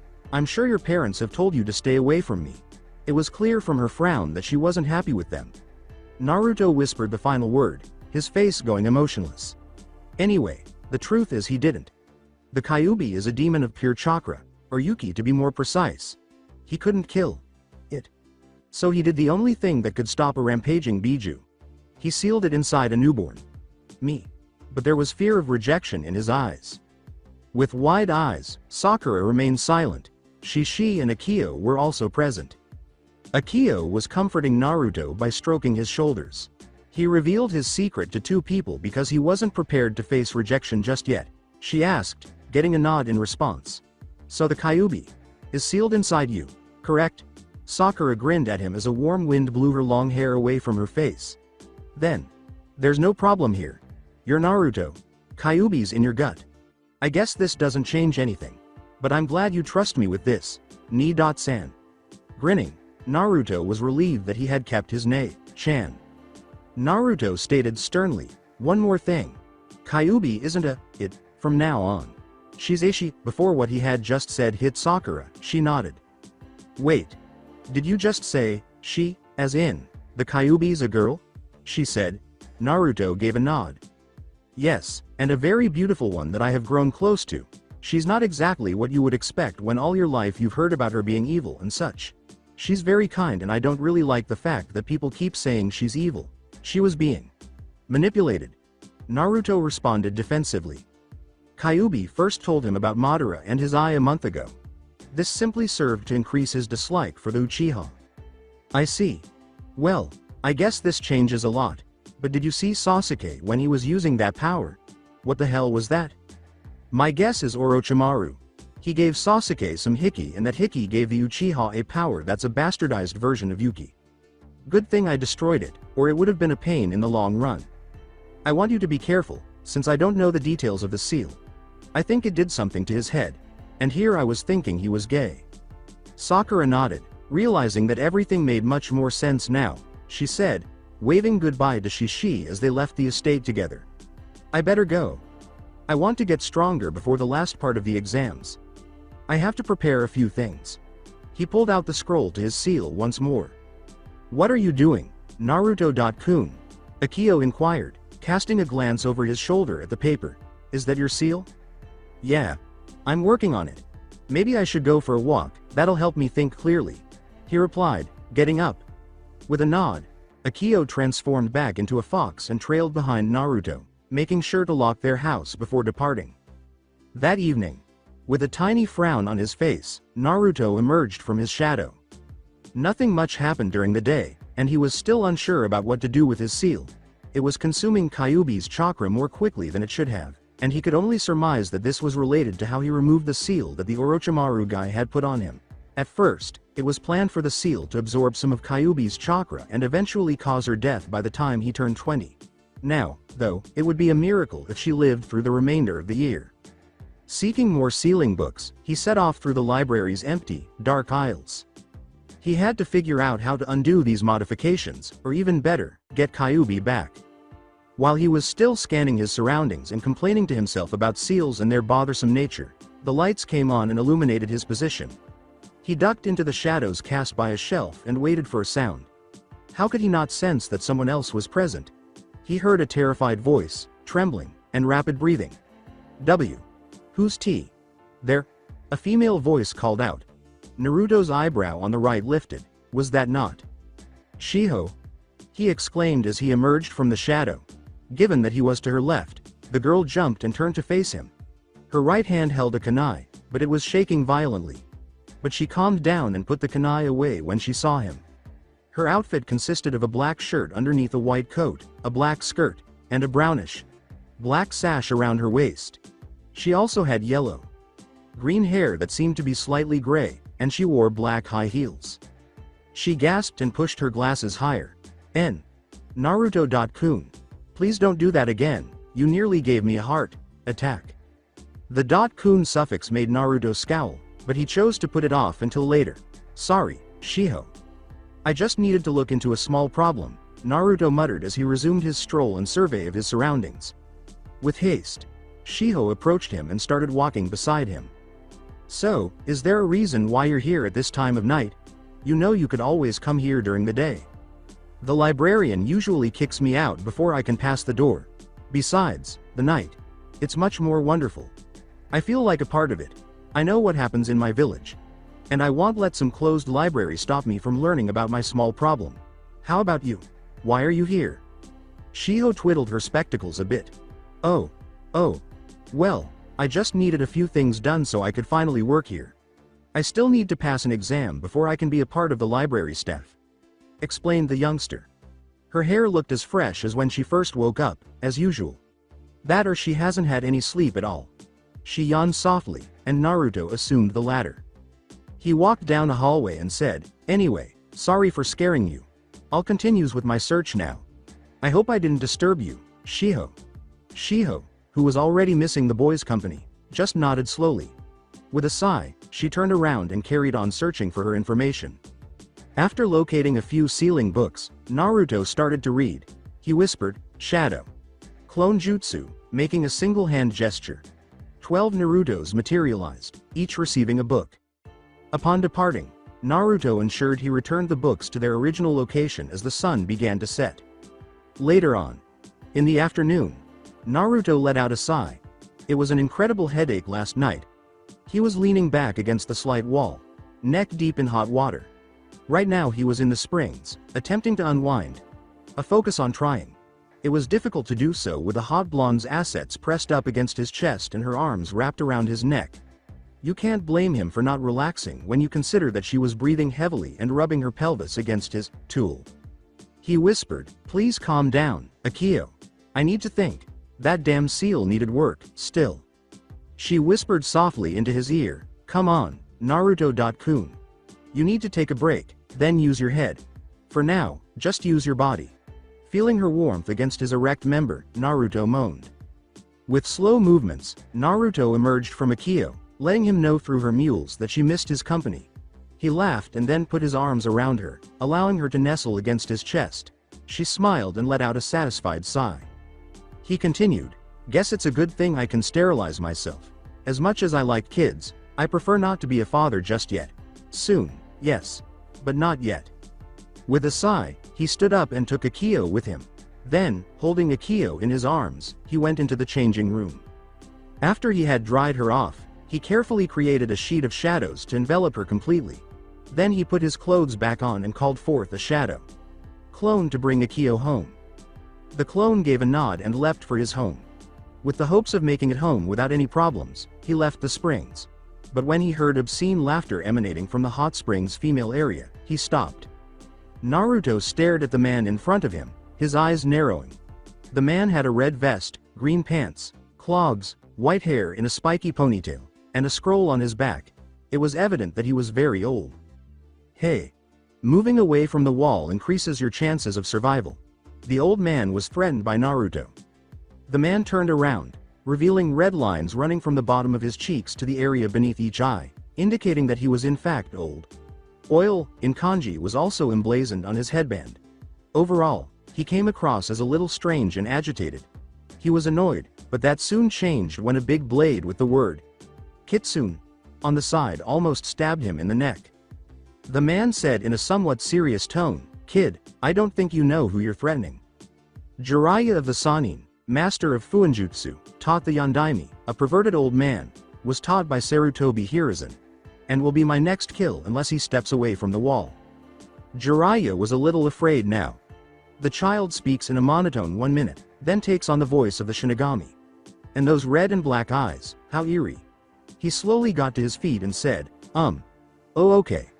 While stepping back to allow the man to stand, Naruto makes sure to keep his blade close to his neck. The man laughed, "Good to know I'm still known. My grandma adores your novels. I may have even burned one of them. What on earth is a Sannin like you doing in Konoha, anyway? Instead of snooping on women, shouldn't you be working on something constructive?" Naruto's emotionless eyes were still fixed on him. In all honesty, the boy was unsure about his ability to combat Jiraiya. Even though he didn't do much to stop the snake pedophile, he only got stronger after his battle with Orochimaru. He sensed the merging of his black Yuki and his regular chakra. Similar to two strings wound around each other, they would soon blend together to form one Yuki. Shishi mentioned that because you are blood related to humans, you have a stronger Yuki than other demons. Nevertheless, Naruto wouldn't be immortal for the same reason. Children of Hanyu are no more resilient than those of other races when it comes to Yuki, but they still die just as quickly. Naruto thus still had to take care of his human life. Now, if you need me, Sensei, I'm here to help. Alright, I'm glad you recognize me. Yeah, well, when you're like me you have to know as much as possible and be as strong as possible. Alright, so, could you please remove the sword from my neck? Kind of uncomfortable, that is. Under Jiraiya's chin, Naruto realized he still had his blade. He closed it and did not look away from the man even for a moment. Emotions finally appeared in his eyes, and it appeared that he had finally made up his mind. Listen, I'm not a seal master and I need something confirmed. He produced the scroll from inside his pants and set it down in front of Jiraiya. He said, tell me, will this seal work? For a split second, Jiraiya studied it, then looked back up at the boy who was waiting. Now, hold on a second. How could I fail to assist you? Asked, raising an eyebrow at Jiraiya.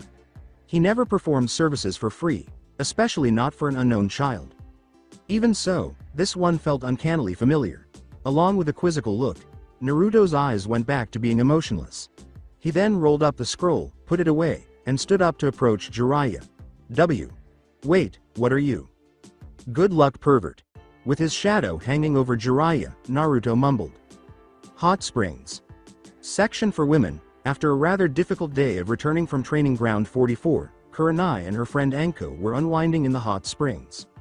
They chose to ignore the men chatting outside the wall next to them until they heard one of them ask, wait, what are you? Good luck, pervert. Then they heard what sounded like a girl screaming as an elderly man landed directly in front of them. Upon his reappearance, the man observed that two of Konoha's most infamous kunoichis were glaring menacingly at him, with the purple-haired one appearing to be grinning cruelly. Mercy. He let out a tense squeak. They looked down at him after shaking their heads. What might have been called Jiraiya's reserved girlish cry for Tsunade filled the night. Once they had dried off, the two kunoichi emerged from the springs to discover Naruto standing at the entrance, his arms crossed. He called to them before they could get out of earshot as they were leaving, said Genin. Thanks for your help, ladies. When they turned to find out what he meant, he had already left. They both dismissed it and carried on, not realizing that Naruto had emerged from the building carrying a battered Jiraiya. In a flash of red, he took Jiraiya by the back of the collar and they were gone. Landing area 44, Naruto saw a flash of red and found himself in a clearing surrounded by a few tigers.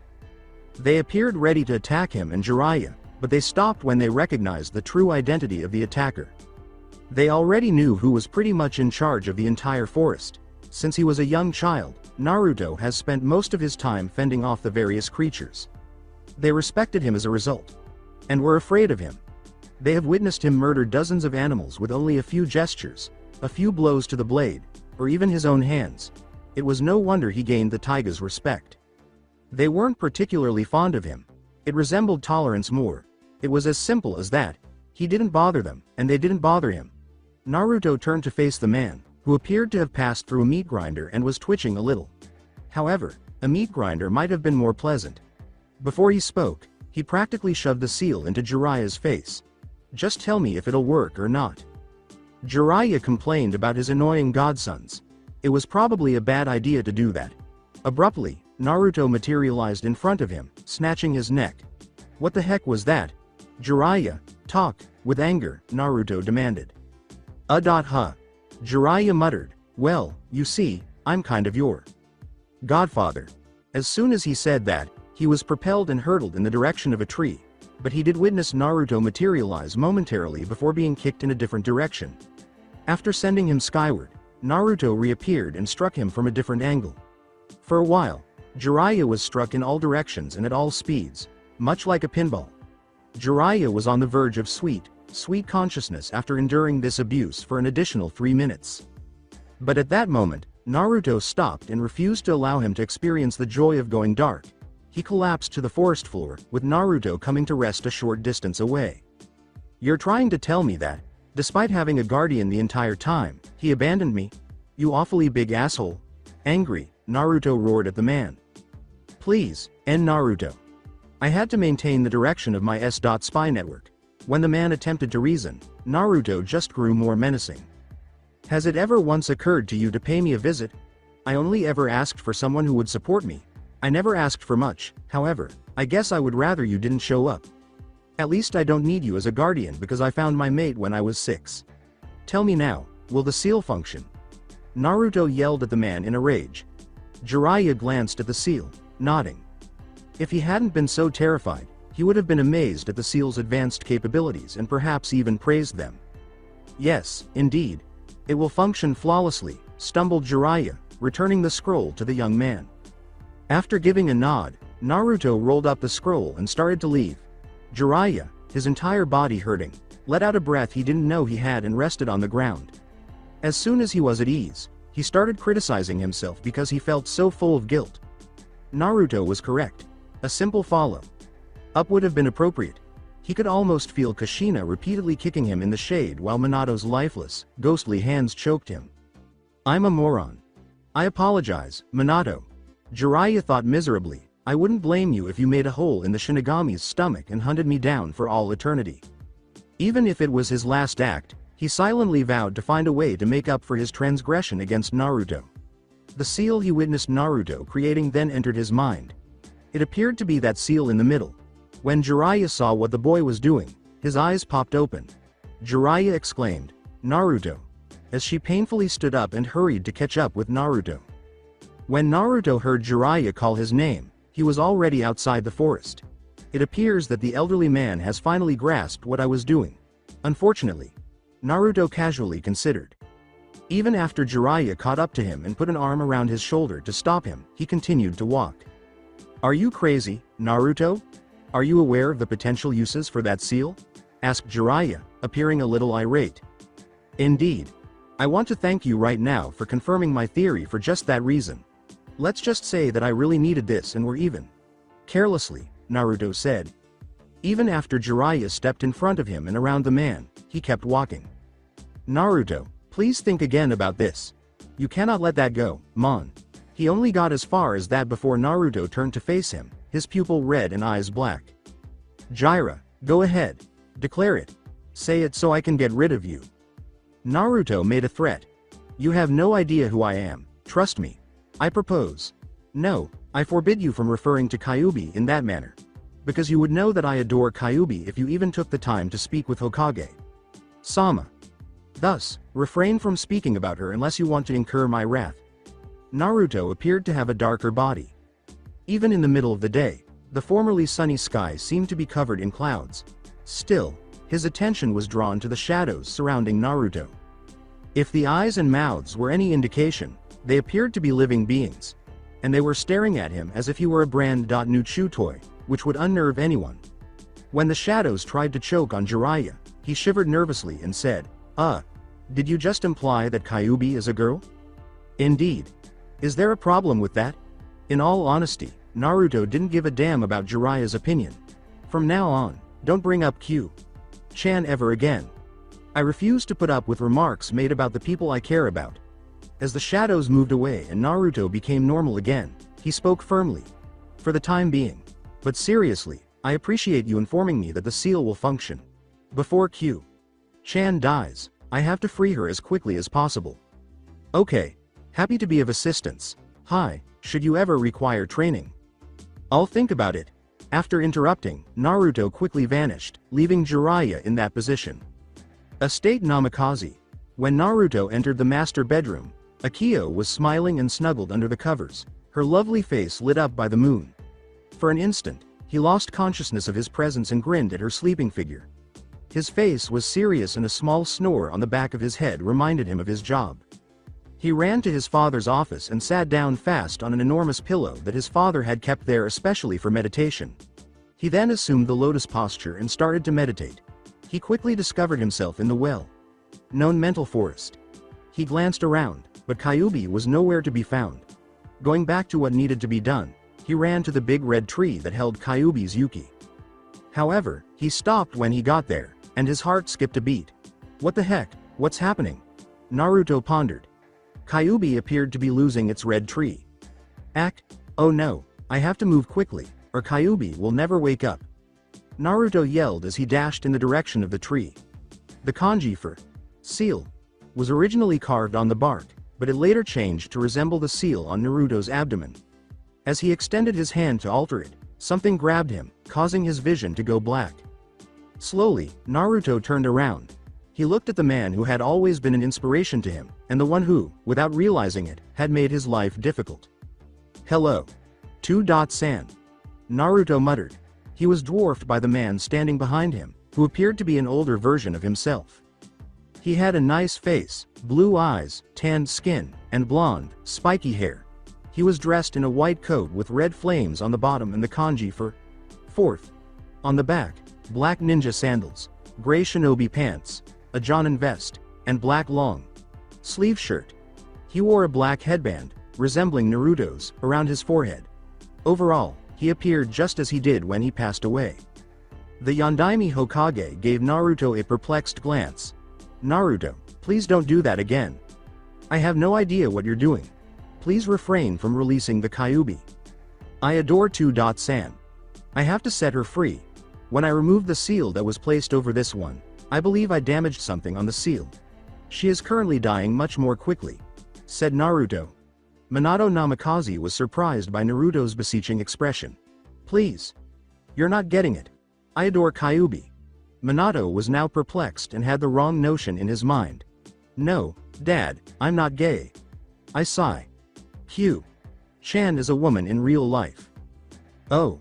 All the older blonde could say was that, because of his own foolishness, he wasn't sure whether to laugh or cry, so he chose to do both, which was the next best thing. Haha, I'm so incredibly foolish. Sniff sniff. I mistakenly believed that my own son was gay. Ha ha ha ha ha. I'm not a good father. Minato laughed. Sobbed, whatever. Human. To think that I loved my son and died. Oh my god, this is so epic. Naruto began to perspire. This was not what he expected from his father, a shinobi known for his fearsome skills. Murmuring, what exactly are you doing here? He shook his head. You should be dead, not that I don't want to see you. In theory, yes, but this seal is a backup. It's just in case the present one experiences any problems. Well then, I guess this'll do. With a backhand fist, Naruto gave Minato a hard punch to the stomach. That's for leaving me in a village of child abusers, he murmured. Should have seen that one coming. With a rasping out cry, Minato gripped his stomach. Right then, cough. What is this about my seal killing your girl? Naruto described how Kyuubi's Yuki was being sucked away by the seal, resulting in her death, and how he had to find a way to release her. Well, I'm not sure. Right now, all I can do is offer you this backup seal. She won't die because the seal will return to sucking her Yuki normally, but I'm not entirely sure how it will free her. I'm sorry, Naruto, Minato muttered. The younger blonde paused to reflect. He grinned as they emerged in the sewers, Kyuubi in her fox form, sound asleep in her cage. The seal was designed to turn Yuki into chakra. Go ahead, Dad. As Minato nodded and pressed his palm into Naruto's abdomen, Naruto spoke while extending his arms. The teenager let out a grunt and sensed Minato reshape the seal, slowly drawing in Kyuubi's chakra. After completing that, Naruto approached the seal and started rearranging elements to make it resemble the one he had on the scroll. When he was finished, a door surfaced from under the seal. He opened it, stepped inside, and withdrew a tiny amount of Kyuubi's power, shaping it until he was embracing Kyuubi in the form of a fox. Grinning, he injected more Yuki into her, ensuring that there was enough for her to manifest beyond the seal. After it was finished, a shower of red sparks vanished and Kyuubi's body floated into the sky. Minato's hand turned transparent, and he murmured, that should do it. He waved his transparent hand and asked, Dad? Minato looked at him quizzically. Oh. My chakra seems to be fading. This is awful, damn it. I have limited time to spend with my cursed son. I apologize for making Naruto's life so miserable. I didn't mean to offend you, and I don't really care if you detest me. I genuinely wanted people to view you as a hero. Nope. Now that I'm with Chan, I'm happy. Well, I will shortly. I simply must inform her. Now that that's over with, I think I'll be going now. Minato stammered and paled a little. He approached Naruto and hugged him. Naruto, you have my admiration. I had faith that you could bear this load. All I wanted was to stay with you and your mother if we were still alive. Finally, the father walked away, and Naruto grinned and gave him a hug in return. The real world. When Naruto opened his eyes, Kyuubi was soundly sleeping on his lap. Grinning, he started to caress her fur, observing its gentleness and her endearing purrs. He rose, taking care to hold Kyuubi, and made his way to the master bedroom.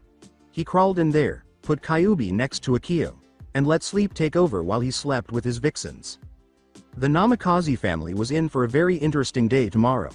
Naruto was able to determine, if only he had known what was going to take place. The following day, when Naruto woke up, he sighed. He felt heavier than normal at that point. It wasn't much, but it was apparent. Gazing to his left, he noticed Kyuubi standing there, her four tails encircling his waist. He turned to face his right and saw Akio standing there with her four tails entwined around his stomach. With a laugh, he roused the two girls opposite him. "Greetings, ladies. It's nice to see you awake. Additionally, Q-chan, I'm happy that I was able to free you," said Naruto. With a smile on his face, Kyuubi gave him a quick peck on the cheek. She mumbled happily, "Thank you, Naruto-kun." He briefly considered returning to sleep and cuddling with both girls, but he knew Shishi would be leaving soon and wanted to give him more practice wielding two swords simultaneously. "Thank you very much. Shall we now head downstairs to eat?" With a nod, the two girls stood up, their nude bodies glistening in the sunlight. When Naruto got a killer boner and felt the urge to jump on them, he had to control himself. He regained consciousness and, having already fallen asleep in his clothes, got up and hurried downstairs. Akio and Kyuubi used Yuki to make their clothing along the way. It was a lot simpler, and because the Yuki eliminated bacteria and odor, it always fixed itself while remaining clean. Naruto sat in the living room and started to read while the two women started to make breakfast. The front opened not even 2 minutes later, revealing Shishi with two lumps on each shoulder. He sulked as he collapsed on a couch in front of Naruto and said, "I'm babysitting." Sitting there, gazing at Shishi, was Naruto. Naruto believed Shishi was incapable of doing what he said. "You're doing what again?" Shishi seemed to have told Naruto that he needed to disarm a bomb. "Babysitting," Shishi complained, obviously displeased. The lumps started to move on both shoulders, and Naruto could definitely hear the two kids laughing and whispering. At that moment, two heads, one of a girl and one of a boy, about 4 years old, emerged from Shishi's coat. That much was certain. They were both children, but not ordinary children. He could tell right away because they each had a pair of black fox ears perched atop their heads, little puffy black tails protruding from Shishi's sleeves, and yellow eyes with slitted pupils. Waving at Naruto, they both cheerfully said, "Hi there. Hello." The boy wore a black vest, black pants, and a long, sleeved, puffy baby blue shirt. His hair was brownish red. The other girl had hot pink hair, a black short sleeve shirt, black pants, and a hot pink line across her nose.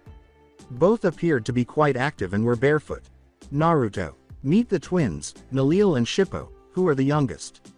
Meet the Abyss. Fox, Uzumaki Naruto, twins, muttered Shishi, gesturing to Naruto after pointing at the boy, Shippo, and the girl, Nalil. Once out of Shishi's coat, they both jumped on Naruto. They all yelled, "Uncle Naguto," as they collided with Naruto, who simply sat there staring with his eyes wide. "Bah," was all he could manage to say. So that's it for today. I hope you guys enjoyed it. Don't forget to like, share and subscribe to the channel for more awesome stories like this. Thank you. See you all in my next video.